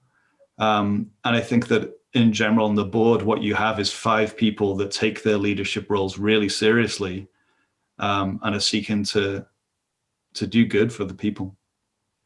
Thank you, Daniel. And I must apologize to our viewers. I have Zoom on the wrong setting. So there we go. What does that mean? That's how I recorded all the other videos. So, in the interest of consistency, side by side. Oh, I see. Oh, I have it on speaker view. So okay. See, it's behind the scenes, the scenes juiciness. We'll have to do a director's cut or something. Yeah. So thank you for that answer, Daniel. And I'm curious, it's one thing to be a leader on this board, but you are one of 5 people. And so you are also a collaborator. So what is your style or your strategy for collaborating while still trying to push something forward? Yeah. I mean, I think most people who are close to this work know about open meeting law and what that really means. So unlike in the legislature where you have, 100, you'll tell me however many people are in the House of Representatives, it's a lot more than 5. Yes. When you have a board of 5 people, or Lord forbid 3 people in some towns, once you have a quorum of those people talking, then all that stuff needs to happen in public. So the collaboration kind of happens like, it's like you have a conversation with one other person outside of a public space. And you might be smart and pick this person because that there's some common feeling about a policy, or that you share some sort of like alignment, and it might not always be smart to talk to the person who you definitely know agrees with you. You might want to talk with the person who you think most likely agrees with you, but there's some stuff that you don't agree on. So on some of the topics this year, I've talked with particular board members to kind of kick around like how we feel about the policy. And then the collaboration is like you do it in public, figuring out a path forward on a complex issue. We've done that, I would say, at least 3 times, 4 times this year. It gets kind of messy. I don't always agree with my fellow board members, but I really do respect them. And I respect the seriousness that they bring to their work. And so I think that respect is critical for us arriving at decisions that work at least for a majority of us, right? It needs to work for at least 3 of us in order for something to happen. But if the decision that you make that 3 people agree on completely alienates and rubbishes the other 2 people, then later on down the road, you're going to have some problems. So I think, even when we've disagreed, I think we still remained respectful. And,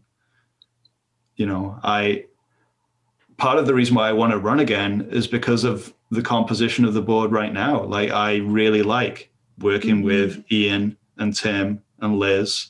And I've enjoyed working with Brandy, and I'm sad that she won't be on the board again, but I completely understand. And I thank her for her service. Thank you, Daniel. Yeah. And what's When you think of your lived experience, who do you feel in this town, this is kind of a two-part question, that your lived experience speaks the most to? And then what's your strategy for connecting and including people who maybe you have very different lived experience from? Yeah, that's a good question. And I think that my own personal experiences are helpful to me in some way, right? And you do an injustice to all if you think that your experiences are the only experiences that are possible, and that because you experienced it, thus it must be the same for everyone else. Mm-hmm. So the stuff that we did around, the rental housing ordinance, I felt like I had some lived experience there as somebody that through most of my adult life, I've been a renter. So I was able to see that side of the coin. And then in the last few years, I bought a house here, 4 years ago now. Mm. And, so I understand the kind of what it is to pay property taxes, right? What it is to experience the water and sewer rates. And, so when I was thinking about the rental housing ordinance, I definitely brought in my own lived experience there. I also work for Sevca and have done for the last two and a bit years. Sevca is the community action agency for Windham and Windsor County, and we work with low and low moderate income families on a variety of things. And so whilst that is not like my lived experience, it's something that I'm sort of close to on a day-to-day basis, and I have more of an understanding of what it's like to struggle in our community. But I would not say, I think it would be wrong for me to say that just because I have that secondhand knowledge that I know it intimately. I grew up in a fairly, in the UK, we would say a working class family, single mom, one income in the household, not very much money, but we owned our home, we had a roof over our heads and we had enough food on the table. But, I've always been drawn to this work because I want to do good work for people that need it to be done for. Not, and this is the trouble. You get into this thing where it's like you're doing something for somebody rather than with somebody. Yeah. And it's an easy trap to fall into, At Sevca, I'm particularly kind of interested in bringing the voices of our clients into the kind of spaces where policy and decisions get made. It's tough, as you know.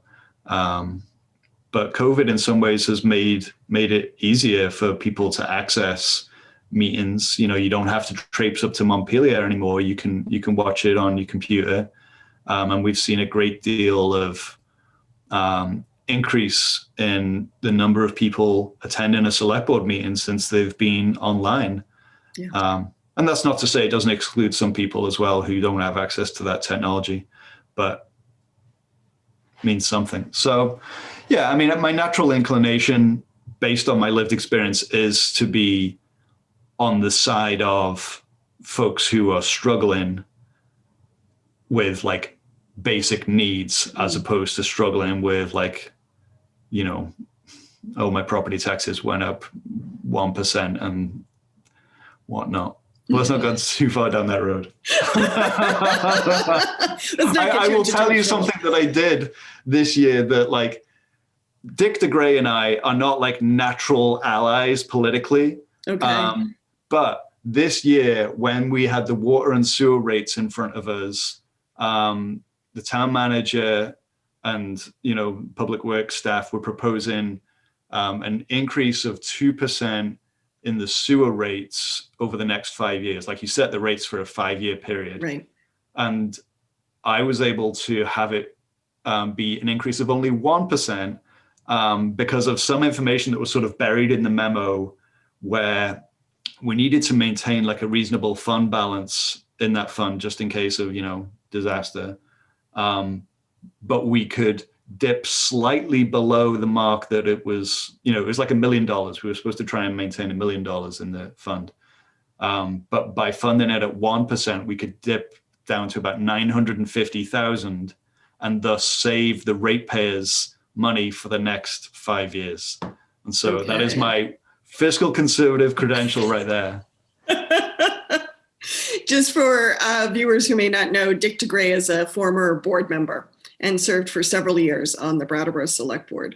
And a vocal public participant as well. Yes, he is. Yes. And he's also known for doing the flowers over the summer in downtown. Yes. So if there was any policy, looking out over the next year that you could pass, if it was, up to you, are there any policies or initiatives you'd like to see moved through? Well, the work that we've begun on the community safety review led to a report that then has 40 recommendations in it. So a big reason why I chose to run again is I want to be involved in the work of bringing about,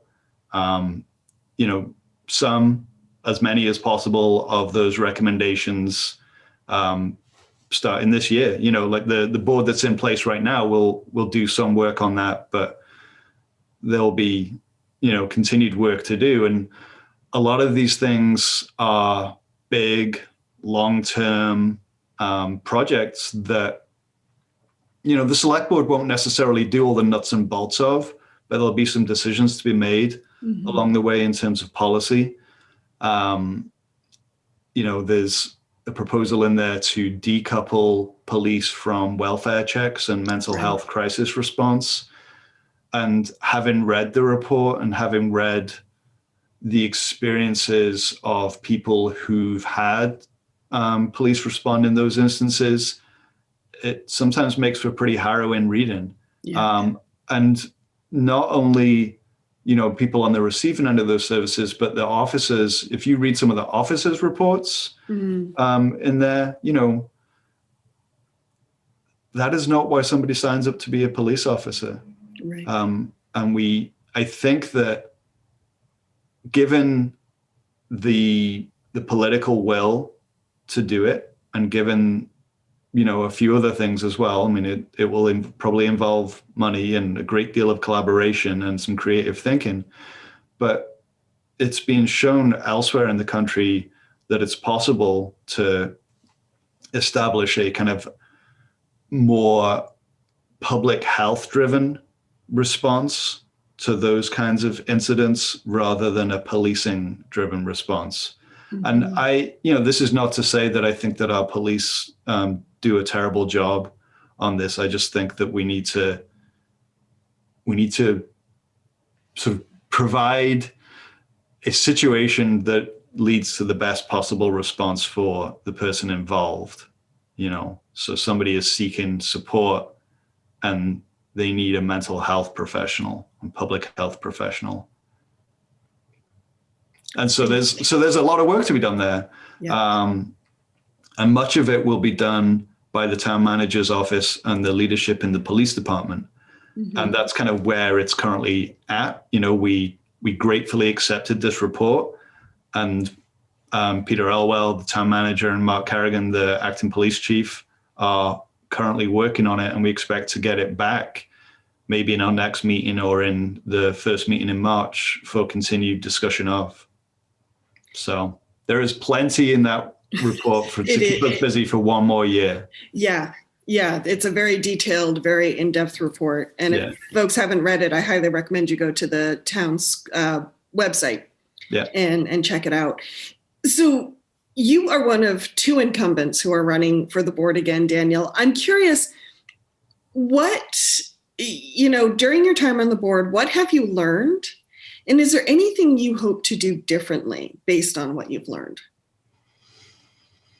It's a reasonable question. What have I learned?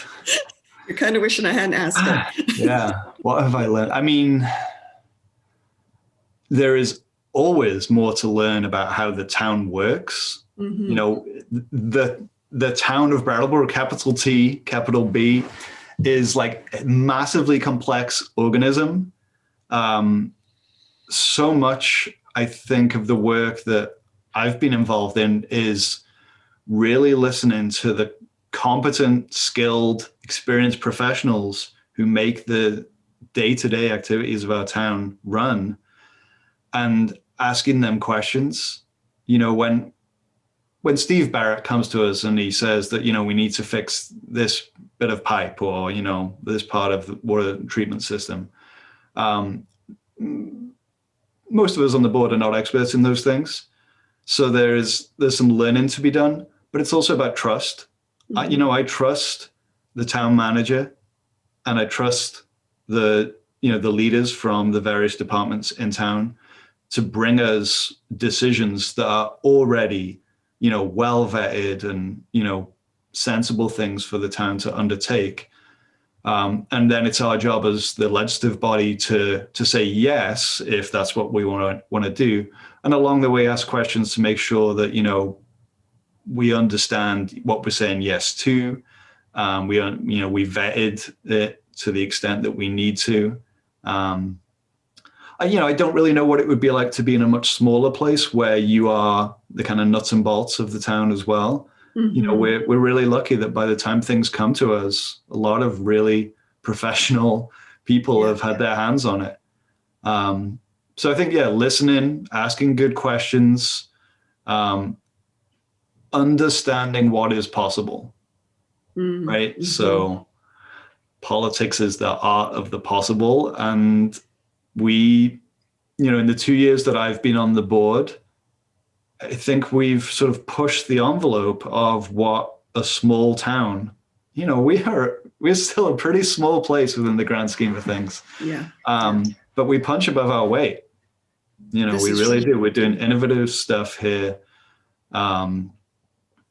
So listening, learning, being open to suggestion from, you know, my colleagues on the board, and at times, you know, pushing back.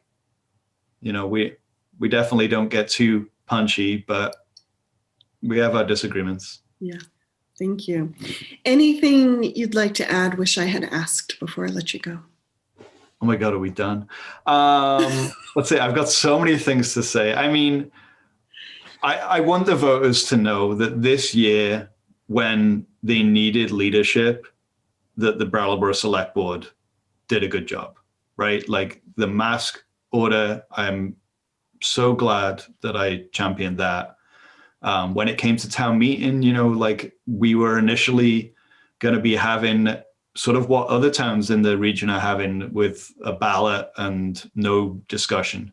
But we pushed for a Zoom town meeting because we believed that we could do it. Yeah. And you know, it took a lot of work, but we did it, and we had a full town meeting with debate and discussion and all that good stuff.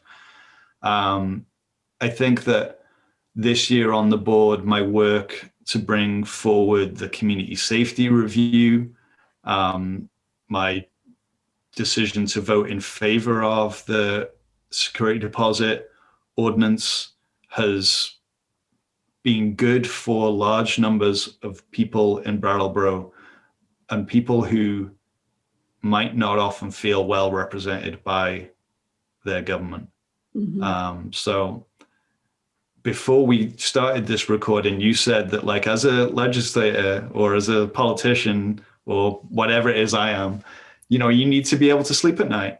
Yeah. And I can sleep at night. I know that every decision I made this year, I made in good conscience after considering all the facts and listening to different perspectives. And then, you know, I voted however I voted. And I can sleep at night. Daniel Quipp, thank you so much for joining us. You're welcome. Just a reminder to voters, March 2nd is voting day, and the polls open at 7. If you would like a ballot mailed to your house for any reason, contact the town clerk, Hillary Francis. And Daniel, good luck in the election. Thanks a lot. You're Vote welcome. early. Vote early? Well, not often, but yes, vote early. Just once is fine. Once is plenty. I guess one other thing I'd like to say before we go on, whilst we're on the subject of voting, there are 2 other big questions before the voters. This is on true, the ballot. yes. There's a question on whether or not folks would like to see retail cannabis in town. And then there's a question about whether or not folks would like to see the merger of the school district, of the schools, undone. Mm-hmm. And those are big questions. And I hope that they will read the comments and watch BCTV to find out as much as they can before making that decision. Me too. Thank you, everybody. Thank you, Daniel. Thanks a lot. Thank you for joining us for this next interview in Brattleboro Community Television's series, Meet the Brattleboro Select Board Candidates. Today, I am speaking with Rikki Risatti, and they are running for the Select Board for both a 3-year seat and a 1-year seat. And very happy to have you with us, Rikki. Thanks for joining us. Thank you. Now, you have run for the board before, and I'm curious, what inspired you to run for the board, and why this year? Well, I look at the other candidates' interviews, and I bring such a different background and direction that compared to them. Thank you. And what's your thought behind running for both the 3-year and the 1-year seat? I wanted to give people the options to serve for however long that they would have me, if they want me at all. Thank you. You mentioned bringing a different set of experiences to the select board. What is it that you would like the community to know about you? Well, I was just reading the Brattleboro interviews before talking with you today, and I felt really sick reading their answers, because they are coming from a very whitewashed use of language, that they are entitling themselves to claim terminologies that are just like super offensive to anyone that understands the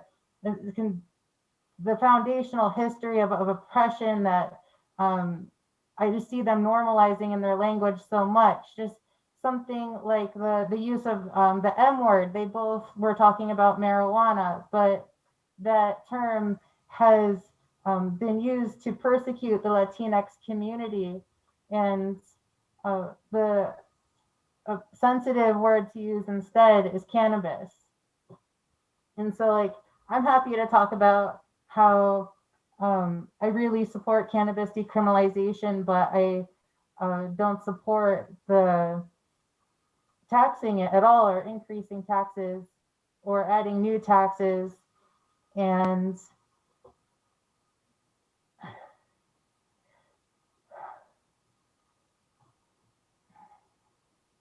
that's just one small example of the larger context of, like, a more macro example is how they refer to the area as New England as well, which is part of like colonizer language. This is the northeast coast of the West continent.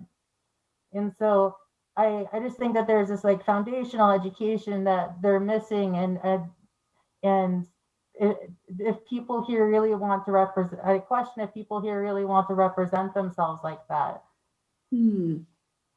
Thank you, Rikki. Describe for us your leadership style as someone who would be serving on the select board. Well, I'm trying to stay humble for sure. And I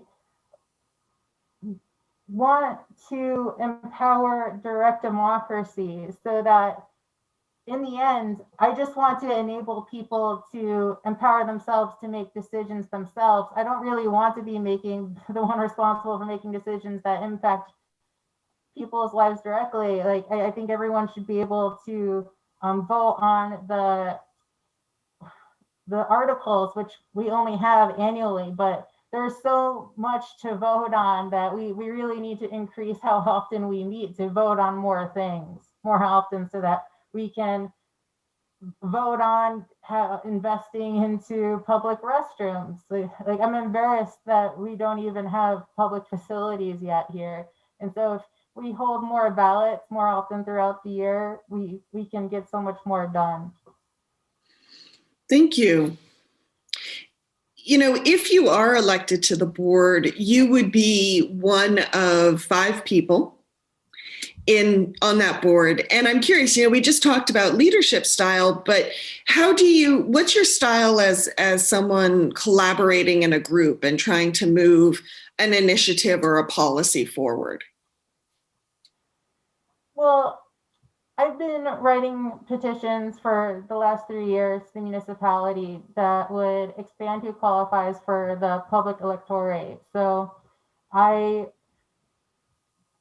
want to include more people in all of the meetings. I feel like I've been trying to do that since day one when I first came to my first select board meeting. And I was so confused because like there was no map to really guide people where the building was. There was no marquee outside. And so I just take realizing what inclusivity looks like really seriously. Like if we need to enable the chat box at the select room board meetings now that are online.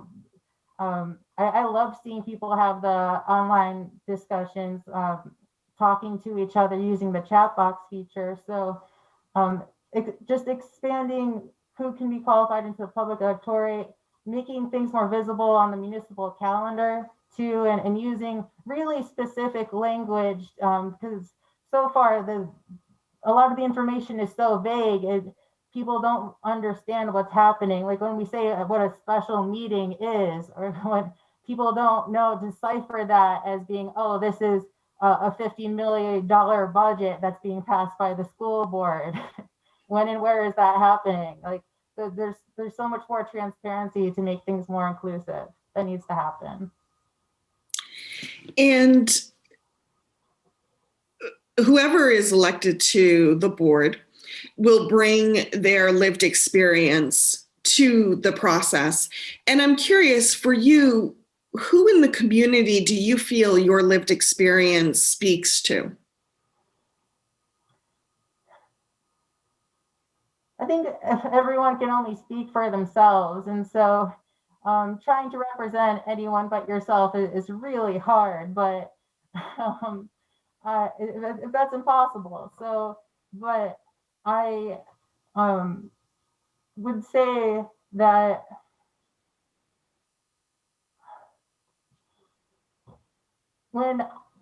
if you go to my Facebook and you can see in my photo albums all of the petitions I've written, and if you can resonate with those, then I would speak to you. And if they don't, I could, then we're on the same page. But if they don't, like, I would love to be contacted, and so that I can understand where more people are coming from.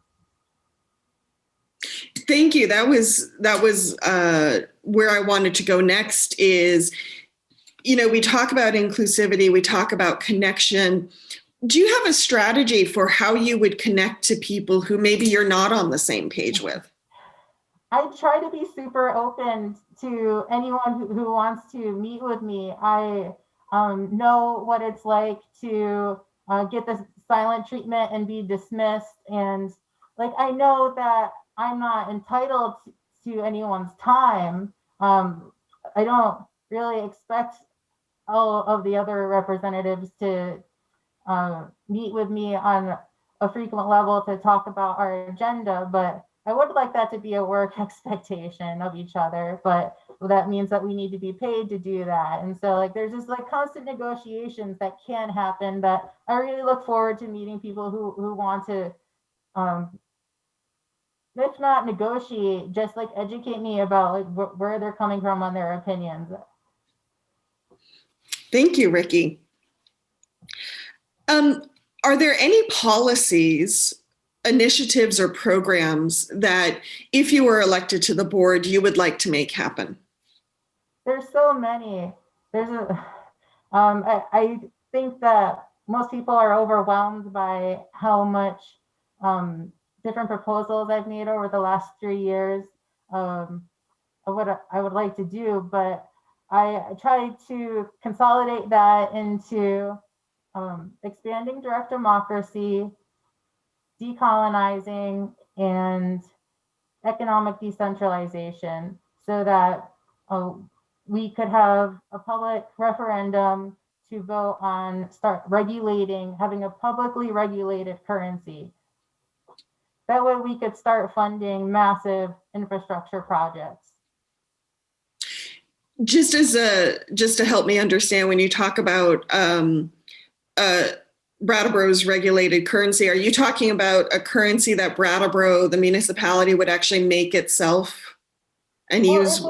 If we want to continue calling ourselves Brattleboro, even, I would love for us to vote on decolonizing the name Brattleboro, which is named after a British loyalist who fought against the United States, the people of the United States in the Revolutionary War. So why are we celebrating a colonialist 200 years later? You know, why are we supporting this imperialist 200 years later that tried to erase the indigenous name of the area? And in their history, the Sokoke tribe people, they named this area Wantestigok.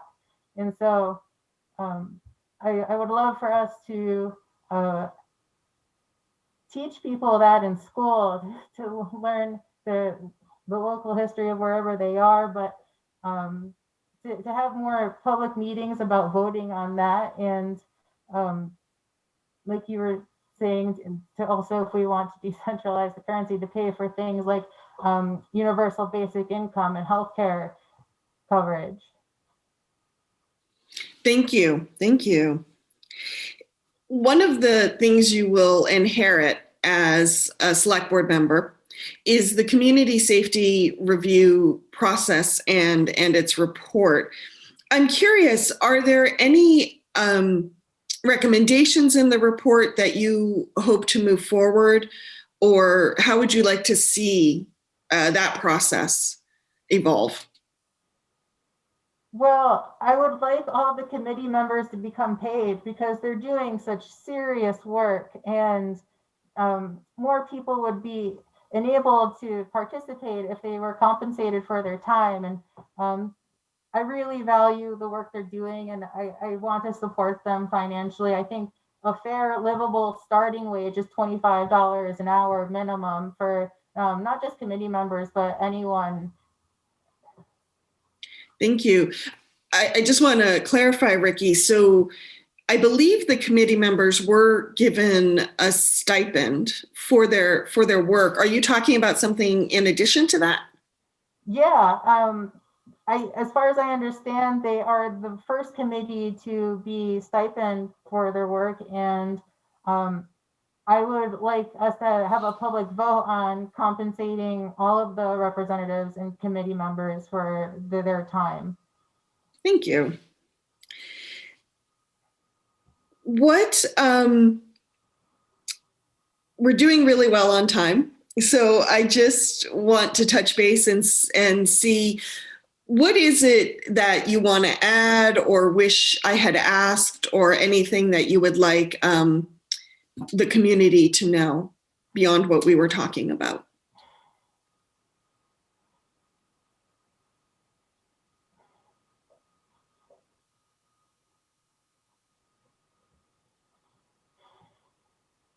Make love, not war. Thank you. Fantastic. Thank you, Rikki. Polls open on March 2nd for the Brattleboro Selectboard election. If you would like to have a ballot mailed to you, then please reach out to Hillary Francis, the Brattleboro Town Clerk. Otherwise, we will see you at the polls on March 2nd. Rikki, thank you so much and good luck in the campaign. Thank you. Thank you for joining us for our latest interview of Select Board candidate Jackson Stein, who is running for a one-year seat, I believe, on the Brattleboro Select Board. Is that correct, Jackson? That's correct, yeah.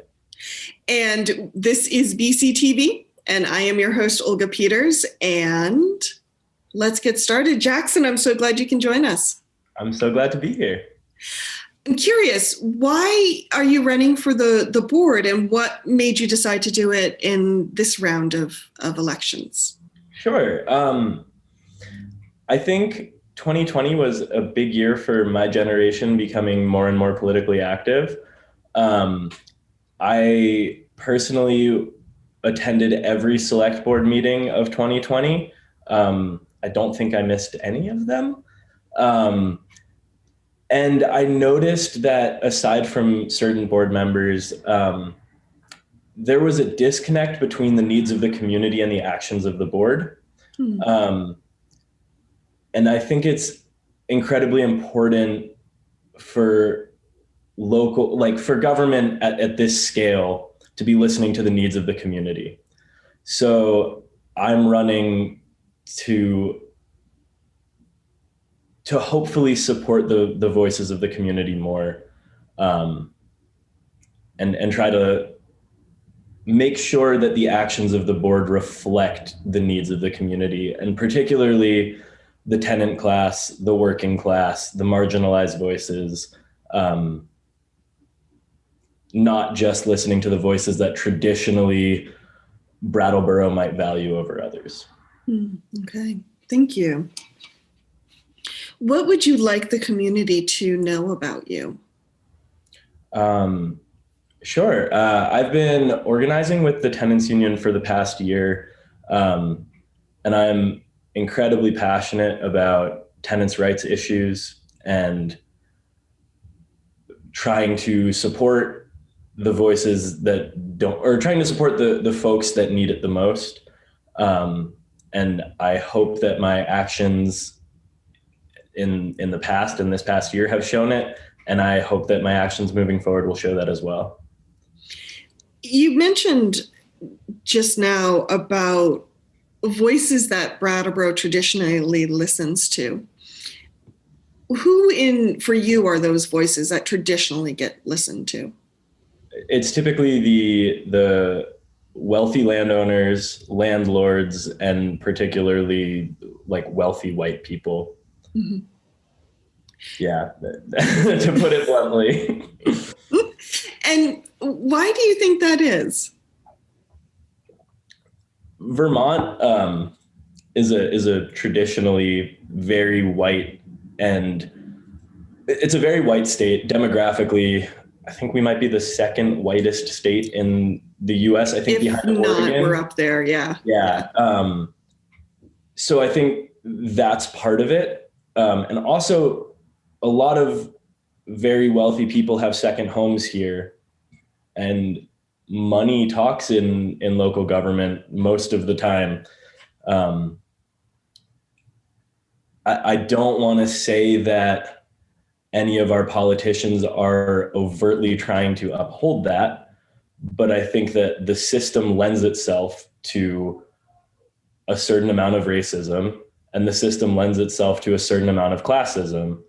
And unless you're actively working as hard as you can to avoid, let me think of how to phrase this for a second. Unless you're working as hard as you can to subvert that system, you're playing into it.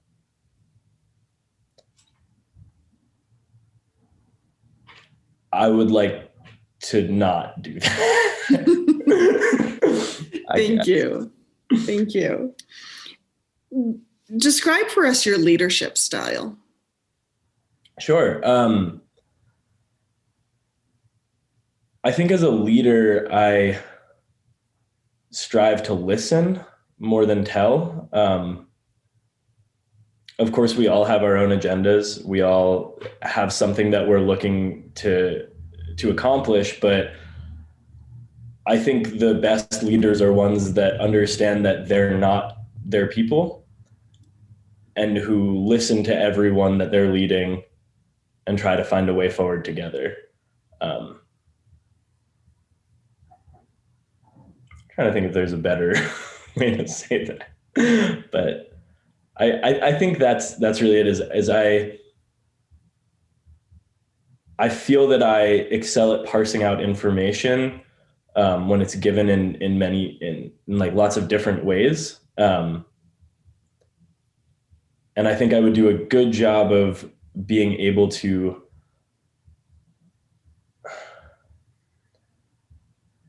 trying to complete thoughts. I've never been good at this side of interview. I know, I feel your pain, been there, done that. You're doing fine. You are doing great. And I appreciate your thoughtfulness. Yeah.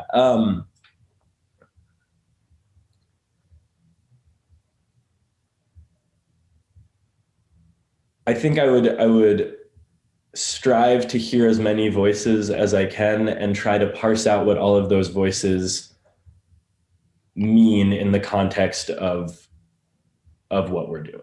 Mm-hmm. Thank you. The flip side to that is if you are elected, you will be one of 5 board members. And so you still will need to collaborate as you lead.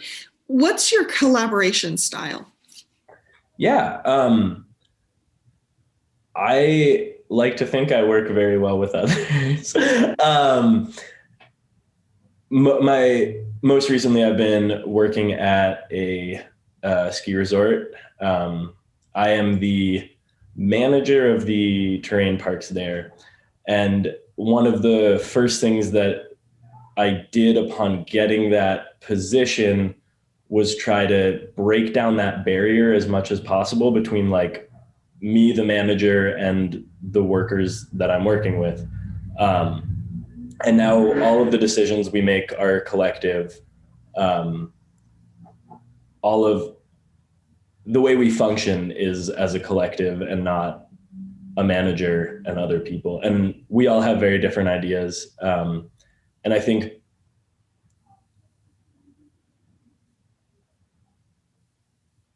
I do a good job of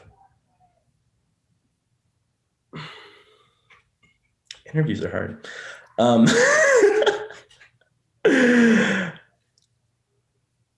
I think that I think that collaboration leads to a sum that's better than its parts. So working with the other 4 select board members, I think ultimately I've seen it. So sorry. You don't need to apologize to me at all. I've seen it in the past year of select board meetings that after the discussions that the select board members have about given topics, all of them come out with a more, intellectual isn't the right word, but a more fully fleshed out idea of their stance. And ultimately that will always sway people. We've seen it a lot, particularly with the community safety proposal. I think we saw members of the select board swing both ways, kind of back and forth as things were talked about. So I think that that's vital to making sure that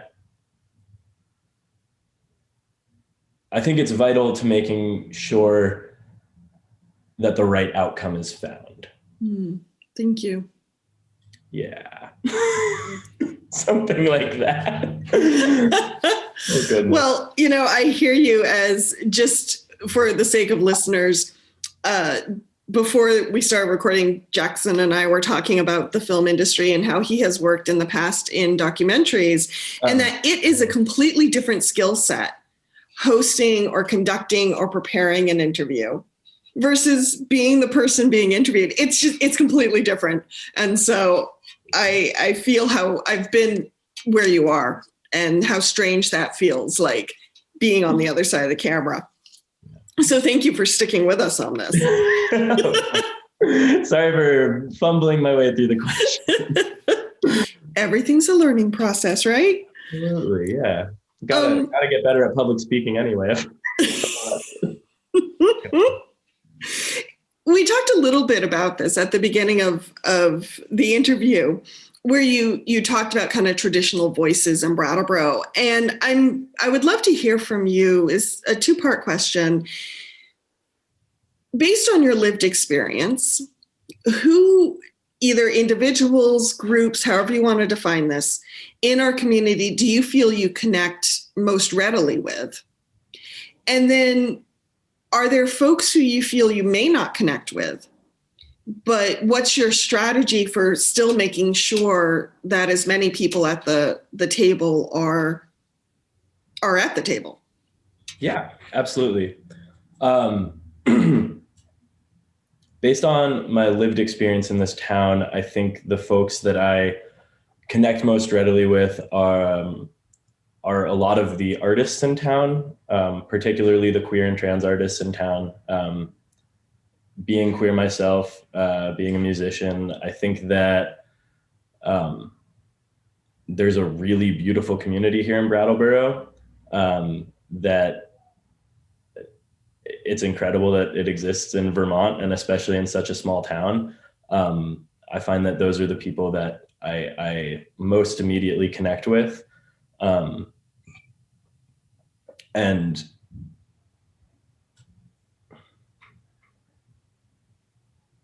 part of running is knowing, like, part of the reason why I am running is knowing how much of the town fits that description, and there's no representation of it on the board. Their voices often go unheard. Especially with my tenant organizing, I've found that the folks that I sometimes struggle to connect with are the very wealthy landlords and the folks that often have a lot of sway in this town. But there's always common ground, and there's always the opportunity to listen and have civil discourse.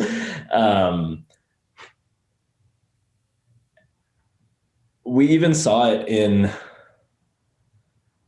the beginning of last year, probably around springtime, following the wake of protests after the murder of George Floyd.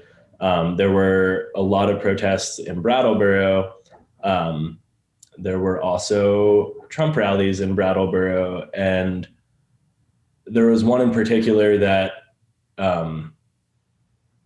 many folks went to counter-protest, and there was violence from the side of the Trump supporters. There was physical violence against counter-protesters, which should have and could have been avoided. But I think seeing folks bridge that divide and manage to, like, de-escalate and talk down, that is proof that there's always middle ground, and there's always a way to talk about things that hopefully benefits everyone in some way or another. Compromise is important, especially in local politics. This is true. Yes. Thank you. If you are elected to the board, are there any policies or initiatives that you would like to pass? Yeah, absolutely. As it stands right now, it looks like the final vote on the community safety proposal is going to fall into the hands of the next board. I think it is vitally important that that passes and all of the recommendations are upheld, and if possible, that the timeline is sped up. That's the real big one. If that one does not come to a conclusive vote before the next select board is in, what's the right word for that? Is in session? Is before the next select board is elected. Sworn in, elected, sworn in. Sure. Yep. Before the next select board is sworn in, it's vitally important that that passes. As I said earlier, I organized with the tenants union, and we had a ordinance passed limiting the amount that landlords can charge for a security deposit. For strategic reasons, I don't want to give out specifics, but there are many more tenants' rights issues that ultimately will become proposals, trying to limit Airbnb. Brattleboro already has, what's the word I'm looking for? Brattleboro has very little in the way of housing stock. There's something like a 1% vacancy rate in Brattleboro. If we're lucky, yeah. Yeah, like on a conservative estimate. Yeah. So we did a study with the tenants union, just like, not a study, that's the wrong word. We did some quick research and found that there are about 300 Airbnbs in the downtown Brattleboro area. And at least half of those would be rentable homes for people. So all of that helps. And ultimately, we all know that Brattleboro is being gentrified very quickly. Housing prices are going up. So doing everything in the select board's power and in my power, our power as the people, to try to keep housing costs down, try to lessen houselessness in our community. Those are big issues for me. Thank you. You mentioned the community safety review report. Are there any of the recommendations? I know in the report they kind of laid out a suggested timeline. Yes. Of when to roll out different recommendations. Are there any that you would like to see implemented sooner? Would you mind if I pulled up that report? Just go right ahead. Off the cuff, I don't know. And just for the sake of listeners and viewers, if you haven't seen this report, you can go to brattleboro.org, and it's on the right-hand navigation bar. There is a link right to the report. It is more than 200 pages long, but it is a very important read for our community, because it shares not only the recommendations of the committee, but it also shares some personal stories and experiences of people from the community that directly connects to why the different recommendations are being made. It is an incredible document. Let me just find.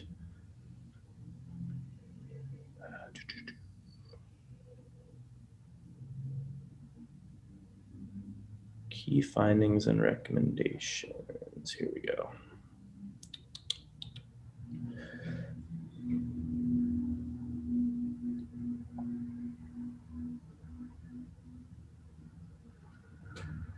I'm just trying to.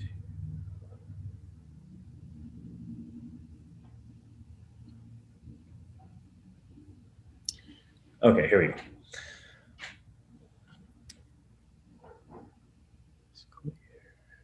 So these are the immediate ones.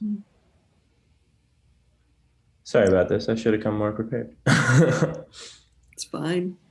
The committee broke the recommendations, again, just for our listeners. They broke the recommendations into some short-term, some medium-term, and some long-term implementation. But I am curious, as a board member who will essentially inherit this process, if there's anything that you would do differently.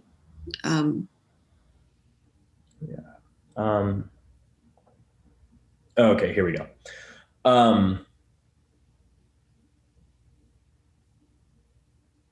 I think some of the recommendations that should be implemented sooner One second. Let me just try to pull up Zoom and these. There we go. Beautiful. The recommendations for meeting people's basic needs and building up alternatives to policing and police-like safety responses, as they write it, all of those are set to go into effect or start being worked towards by fiscal year 2022 and ongoing, with some of the more immediate ones being for fiscal year 2021. These, I think, are at their core some of the most important recommendations, like prioritizing budget spending on safe housing, food shelves, free meals, land trusts, community gardens, investing resources in new and existing programs that respondents identified as the most helpful to their safety, such as mutual aid support networks. The divesting from the police and investing in the community, I think, is one of the most important things we can do right now. And the sooner we do it, the better. They have some things where the current board has said that they want to implement alternatives by fiscal year 2025 or 2023. I just think that none of this can happen soon enough. Mm-hmm. The sooner that we can, I'm avoiding using the word defund because that's so scary for some people, but the sooner that we can divest from BPD and invest in things that the community is telling the board keeps them safe, the things that the community uses to house themselves, to feed themselves when they have safety issues.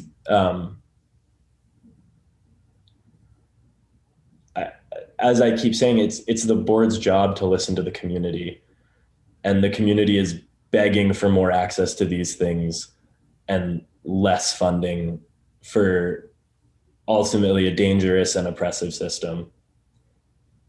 So yeah, I think that those particular recommendations can't happen quick enough. Thank you very much, Jackson. We're just about out of time, but I wanted to check in and see if there's anything you wanted to add or wish we had asked. God, I've always underutilized that question. Yeah, I'd like to reiterate that I'm here to listen to the needs of the community.